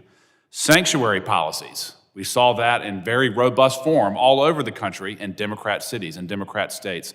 And we continue to see that today. Look at California, look at Illinois, look at Democrat cities, even in my home state of North Carolina. Sanctuary policies persist in Democrat jurisdictions. Even members of this committee have called ICE and DHS and other law enforcement officers Nazis, racists, terrorists, Gestapo. I find that, and I find the accusations shameful. Shameful. There is not one bit of protest to the harm that illegal immigration and the crime from illegal immigration is causing law enforcement. I worked in law enforcement for 10 years. I worked as a federal prosecutor. I saw the difference between the first Trump administration and the Biden administration. We just had a question about gun crime. It was much harder to charge someone for illegally possessing a firearm when Biden was president. I saw it firsthand. And I want to talk to you, starting with Mr. Hughes, talk about the sophistication of the criminal element and what type of difficulties that poses law enforcement in your experience. Yeah, no, so, criminals are getting, thank you, Congressman. Yep. As we know, the criminals are getting so sophisticated in the way that they operate. We see this here and abroad, and we have to keep up, and we need to keep pace with that. We need to be looking at every tool available to be able to counter, fight, combat all the crimes that are going on in society today. Mr. Thompson, I want you to talk about it. I want you to talk, you talked about the previous administration and the danger that those activities have led directly to American streets. Talk about how open borders has increased the danger that law enforcement faces on the streets of the country. Yeah, I believe it's significant. I would consider it an obvious threat that is, I think there was a number of people that chose to ignore it for, I think, political reasons in some cases, and I think also they believed truly to their heart that they were doing good. Right. And that's fair. But to your question, we are now facing the most sophisticated criminal element in our nation's history. I mean, just when I started as a prosecutor, local law enforcement who were task forced would kick in a door and they would find a Glock and maybe a baggie of drugs. Now it's an AK-47 and 1.5 kilograms of fentanyl. And 10 computers that are used to track, trace, and follow law enforcement. That's right. And the international element in local crime, it cannot be overstated. Am I correct? You're absolutely correct. It's everywhere now. And there's this perception that you're either a hardened criminal with an AK-47 over your shoulder or you're a law-abiding citizen. In my experience, some of the best criminals were the hardest to catch. That is a true statement, sir. Explain and they that. are also the most dangerous. Yes, explain that to the members.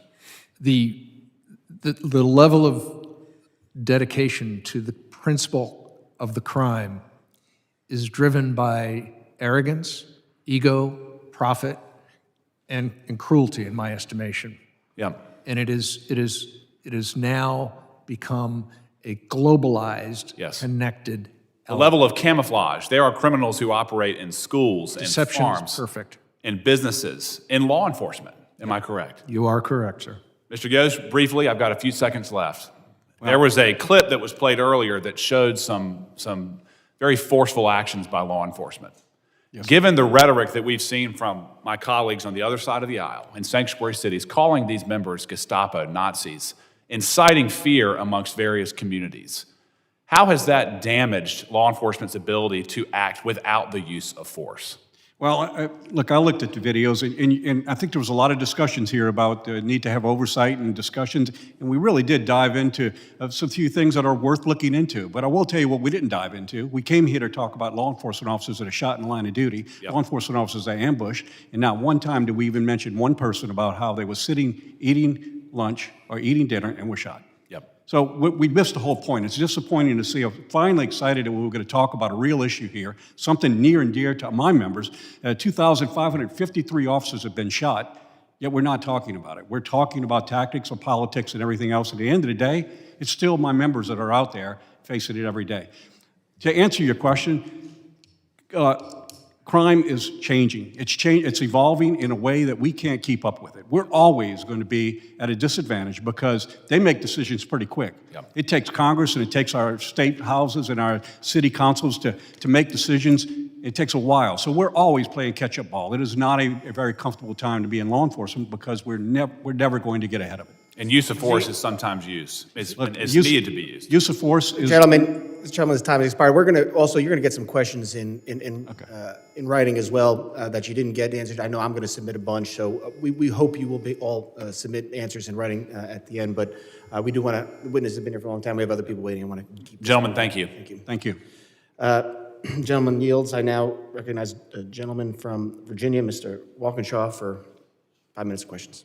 Thank you, Chairman Garbarino and Ranking Member Thompson. It's a great honor to be a member of this committee, and I look forward to working with all of you. I want to add my condolences to the family and loved ones of Army Specialist Sarah Beckstrom. Her unwavering commitment to our nation and to protecting Americans can never be forgotten. I also want to wish a swift recovery to Staff Sergeant Andrew Wolf.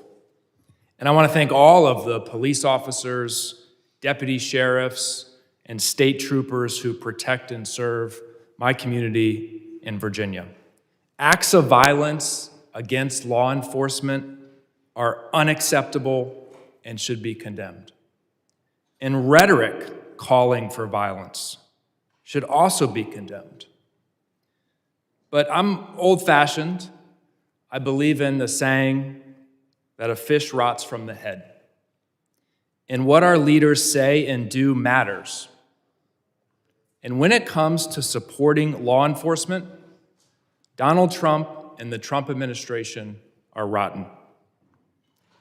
Donald Trump and the Trump administration's dangerous rhetoric and budget cuts, their defunding of the police, directly threaten the safety of Americans, including our law enforcement.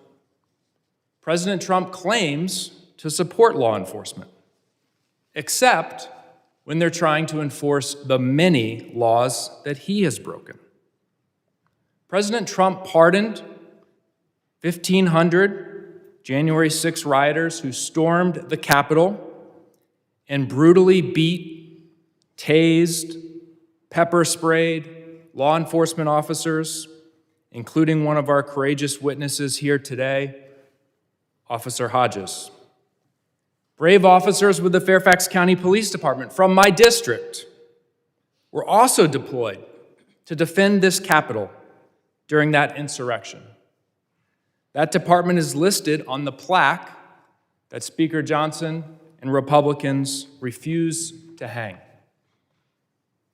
This horrific attack on our democracy, an effort to thwart the will of the American people, resulted in assaults on at least 140 police officers, and 5 police officers lost their lives at the hands of the January 6 cop killers.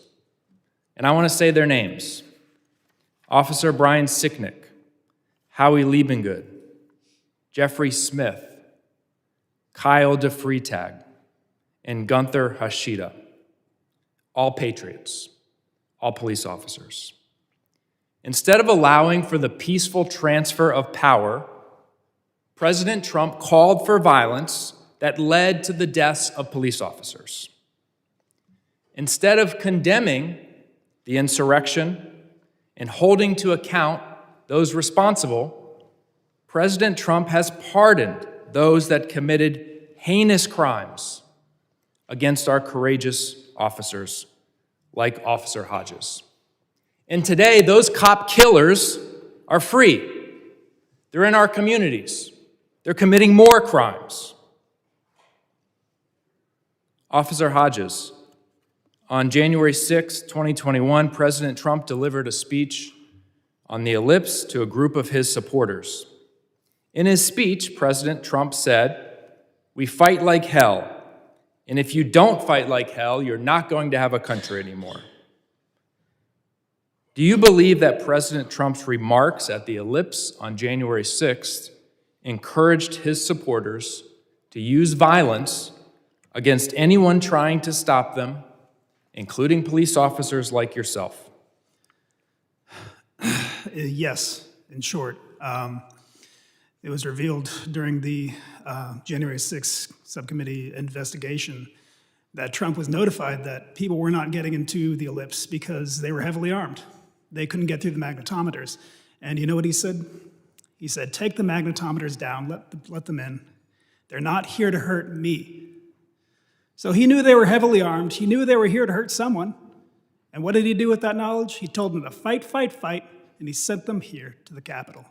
And do you believe that pardoning those January 6 insurrectionists who killed police officers makes law enforcement across this country more or less safe today? Less safe. Thank you. I yield back. Gentleman yields back. I now recognize the gentleman from Colorado, Mr. Evans, for 5 minutes of questions. Thank you, Mr. Chair, of course, to the ranking member, and of course to all of our witnesses for taking the time to come to this important hearing that's particularly meaningful to me because I was a cop for 10 years in the Denver metro area, the only Latino in the Colorado delegation right now. And the reason I'm in Congress is because in 2020, the ruling Democrats in Colorado passed a bill that took the first steps toward defunding law enforcement and toward making cops guilty until they proved themselves innocent by enshrining into law the concept that anything not captured on a body cam could be interpreted by the courts as misconduct, which was allowed to be presumed against the cops until the officers proved themselves innocent. I ran our riot squad. I was in charge of our riot squad in 2020 when Denver, Colorado suffered the most violent riots in the country as evaluated by the Major Cities Chiefs of Police Association, and not a peep from the ruling Democrats in my state of Colorado.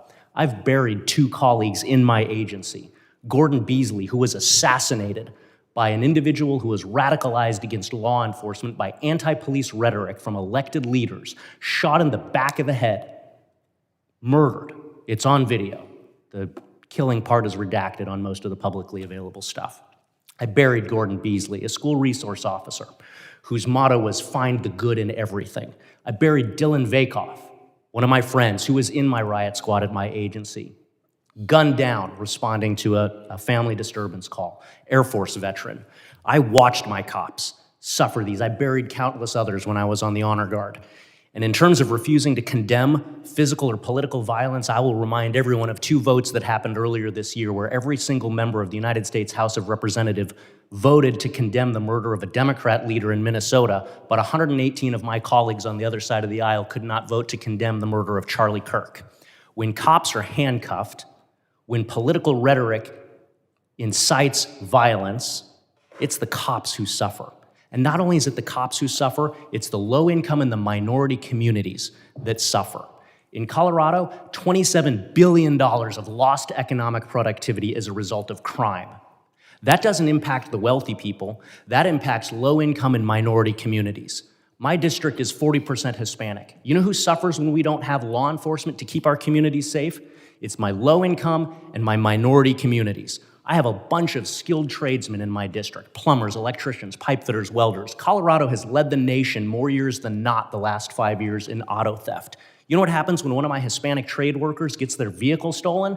Not only are they out of vehicle, they've lost their job because they can't show up to the job site tomorrow to do the work. The general contractor's not gonna wait for them. I've seen this happen because I've taken those reports. We just had the 6th largest fentanyl seizure in US history in Colorado. 12 kilograms of fentanyl, 1.7 million illicit pills, enough to kill 6.8 million people, every man, woman, and child in Colorado. And it is because of the defund the police and sanctuary city style style politics that I personally experienced as a law enforcement officer in Colorado. It's why I'm in Congress today. And lest we forget, every 15 days under the previous administration, more Americans died as a result of drug overdoses like fentanyl than were killed in the entire September 11th terrorist attacks. And that's personal to me too, because I am a combat veteran of the global war on terror. I deployed to protect this country, and to turn around and to see these cartels and these criminals and these peddlers of poison being able to run willy-nilly free in our communities because of defund the police rhetoric and because of sanctuary city and state policies is absolutely onerous to me, and it's onerous to my communities. It's onerous to the people that I have sworn oaths to uphold, to protect and defend as I uphold the Constitution. We know the impacts on law enforcement officers that all of this has. Cops experience their first heart attack at the age of 46. The average American experiences their first heart attack at the age of 65. Cops experience the physical, mental, moral, and emotional injuries of this job, and all of those things are made worse as a result of anti-law enforcement rhetoric. I got 44 seconds left. Mr. Yoes with the FOP. I was a dues-paying member of the Fraternal Order of Police for 10 years, the rank and file, the union that represents rank and file law enforcement officers. Can you speak to the physical, mental, and moral injuries that cops suffer when law enforcement is villainized in the media and by elected leaders? 26 seconds. You know, I had somebody make a comment to, I wish I'd thought of this, but I had somebody make a comment to me once before. It said it's difficult to defend humanity without losing a little of your own.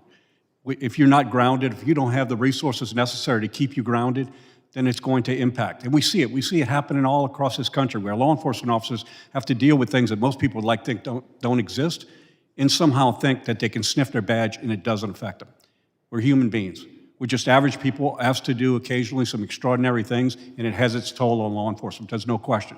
So when you compound all of this together, it makes our job more and more difficult. And so you could see we lose more officers. We talk about how many officers we lost. That's why we're here. We lose more officers every year by their own hands than we do to police action. And that's the reality of it. That's where we live, and we need to recognize that we're damaging people. When we damage someone in the protection of communities, we have a moral and fiduciary responsibility to fix them. I could go all day, but we're out of time. Yield back. Thank you. Gentleman yields back, and I recognize the gentleman from Texas, Mr. Green, 5 minutes of questions. Thank you, Mr. Chairman. I thank the ranking member, thank the witnesses for appearing. I am the nephew of a deputy sheriff. I understand the haunting words in the line of duty. I've been to the ceremonies. I've cried. I appreciate law enforcement. I appreciate it to the extent that I think that a president who defunds the police ought to be sanctioned. I don't draw the line such that we exclude some people and include others. Let's not defund the police. I don't want to do that. But I do think that you ought to have the courage to say to the president, you, sir, are defunding the police when you take away hundreds of millions in grants, in programs. You got to have the courage to speak truth, not only about the people out in the street, but also the President of the United States of America, who has a greater voice than all of them combined. The ink was placed on the page on January 20th, before the president had his hands down from being sworn in by the Chief Justice of the Supreme Court. Before he had his hands down, he had his pen, and he signed a pardon. January 20th, barely in office. When are you going to condemn that? That has an impact on society. This is a reckless, ruthless, lawless president. You don't have the courage to say that. You glorify him. This is the president who stood in the chambers of the United States House of Representatives, or actually it's the Capitol building, and called Democrats lunatics. no reprimand, no sanctions against the president. Lunatics. This is the president who just yesterday, this is an NBC News story, Trump calls Ilham Omar garbage, says Somalis should go back to where they came from. Yes, you are right, Mr. Thompson. You said it starts at the top. This is the top. This is where it starts. The President of the United States of America, with his vituperative, incendiary commentary, is as much a part of the problem as anybody else. But you don't have the courage to say that. I say to you, cop killers ought to go to jail.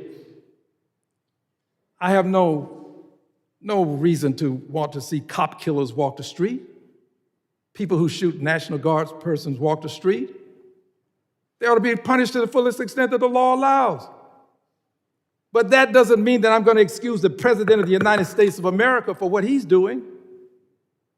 He is a culprit in this whole scenario that ought to be called to answer for his transgressions. And now, Mr. Hodges, I was in my office when I heard your testimony. I have 2 hearings that are going on at the same time. Mr. Thompson has reminded me that I can't be in 2 places at once. And I appreciate him telling me because he's eminently correct, and I want the world to know that I try my best. But I was in my office, and I heard your commentary. Sir, you have the kind of courage that is absent from many people who have a voice and should speak up. And for your courage, sir, for what you have done, I will have a flag flown over the Capitol of the United States of America to honor you. I think every NAACP branch in the country should do something to honor you. I think all people of goodwill should do something to honor you. And I think that people of goodwill ought to acknowledge that this president is disgraceful and that he ought to be impeached. I yield back the balance of my time. Gentleman yields back. I now recognize newest member of our committee as well on the Republican side, gentleman from California, Mr. Fong, for 5 minutes of questions. Thank you, Mr. Chair. Thank you to the witnesses for your testimony and your service. It's sad and tragic that we have to have a hearing where we have to focus on the data that clearly shows that anti-law enforcement rhetoric right now is fueling violence against our officers. And then, of course, the horrific tragedy of the shooting of the National Guard's men, Sarah Beckstrom and Andrew Wolf, clearly has intensified, and rightfully so, put a needed focus on this. If I can ask Mr. Hughes, California Governor Gavin Newsom erroneously has attempted to overstep his jurisdiction by signing a bill into law that would ban state and federal law enforcement officers from wearing face coverings to protect their identities. Unfortunately, as well, and I was in the state legislature when this passed, and I opposed it, but California law prohibits delegation of immigration authority under Section 287G of the Immigration and Nationality Act. And now other states, New York, Pennsylvania, Michigan have introduced similar legislation in their state legislatures. What risk do these restrictions pose for federal, state, and local task force personnel in doing operations? Thank you, Congressman. And again, I can't speak to the state and local law, but what I could speak is to the issue of the face coverings and what we have found given the current conditions. And that's with the advent of artificial intelligence and social media, we have found that officers are being identified, personal information is being identified, and them and their families are being threatened. And so that until such time that we could get that under control, I think we're in a particular position that this seems to be the way to go until we could change the laws and get some sort of normalcy where we could get that under control. If I can ask Mr. Thompson or Mr. Yoes, both can speak to this. I've talked to my local law enforcement agencies. Recruitment, you mentioned this, recruitment and retention are real challenges.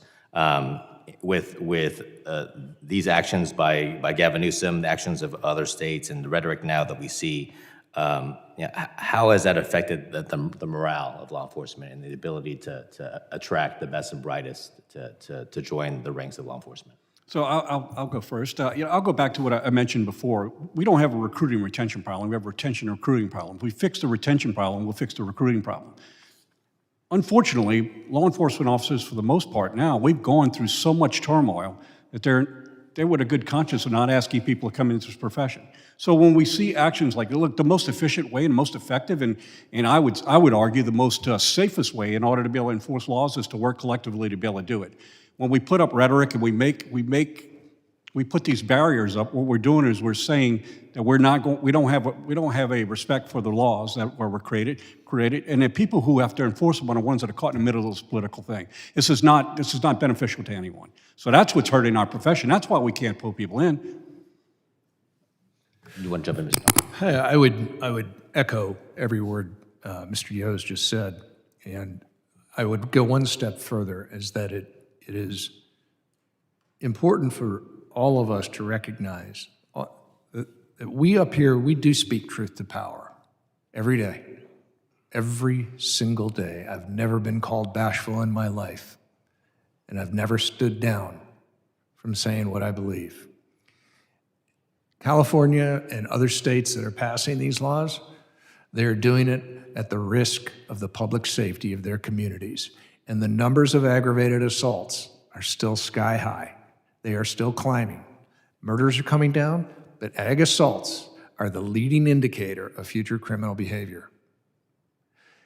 Change those laws, come back to reality, recognize law enforcement's not your enemy. It is not. They save the lives every single day at the local level. Well, I couldn't agree more. We need to heed that sobering warning that you're providing. With the time I have remaining, if I can ask you, Mr. Hughes, what are the challenges that you face on holding non-governmental organizations accountable when they actively distribute protective gear such as face shields and goggles before large anti-law enforcement protests? What challenges do you face with that? Yeah, look, I'm not active in law enforcement anymore, but there certainly are challenges on all sides here, and making sure that we're holding people accountable. We have the intel that we're working with our state, local, federal partners, and making sure we're coordinating information and finding out what's going on and holding people accountable for their actions. Well, I appreciate the work that your members do, especially to protect my community and communities across the country, and with that, I yield back. Gentleman yields back. Mr. Chairman. Gentleman's recognized. Mr. Chairman, I ask unanimous consent to enter into the record a statement from the Federal Law Enforcement Officers Association and a joint statement from the Fraternal Order of Police and the International Association of Chiefs of Police condemning the pardon of January 6 rioters who assaulted Mr. Hodges and a lot of other people. And I had really wanted one of our witnesses to say that, but because they didn't, I want to enter it into the record. Without objection. Members of this committee may have some additional questions for the witnesses, and I want to thank you all four of you, for being here and for your service, and for answering the questions. You've been here for quite a while without taking a break. And if we have additional questions, which I know we will, we would ask the witnesses to respond to these in writing pursuant to Committee Rule 70, and the hearing record will be open for 10 days. And I just also want to recognize the two Capitol Police officers who've been in the back. Thank them for their service, keeping us safe here every day. Thank you for being here. And without objection, this committee stands adjourned.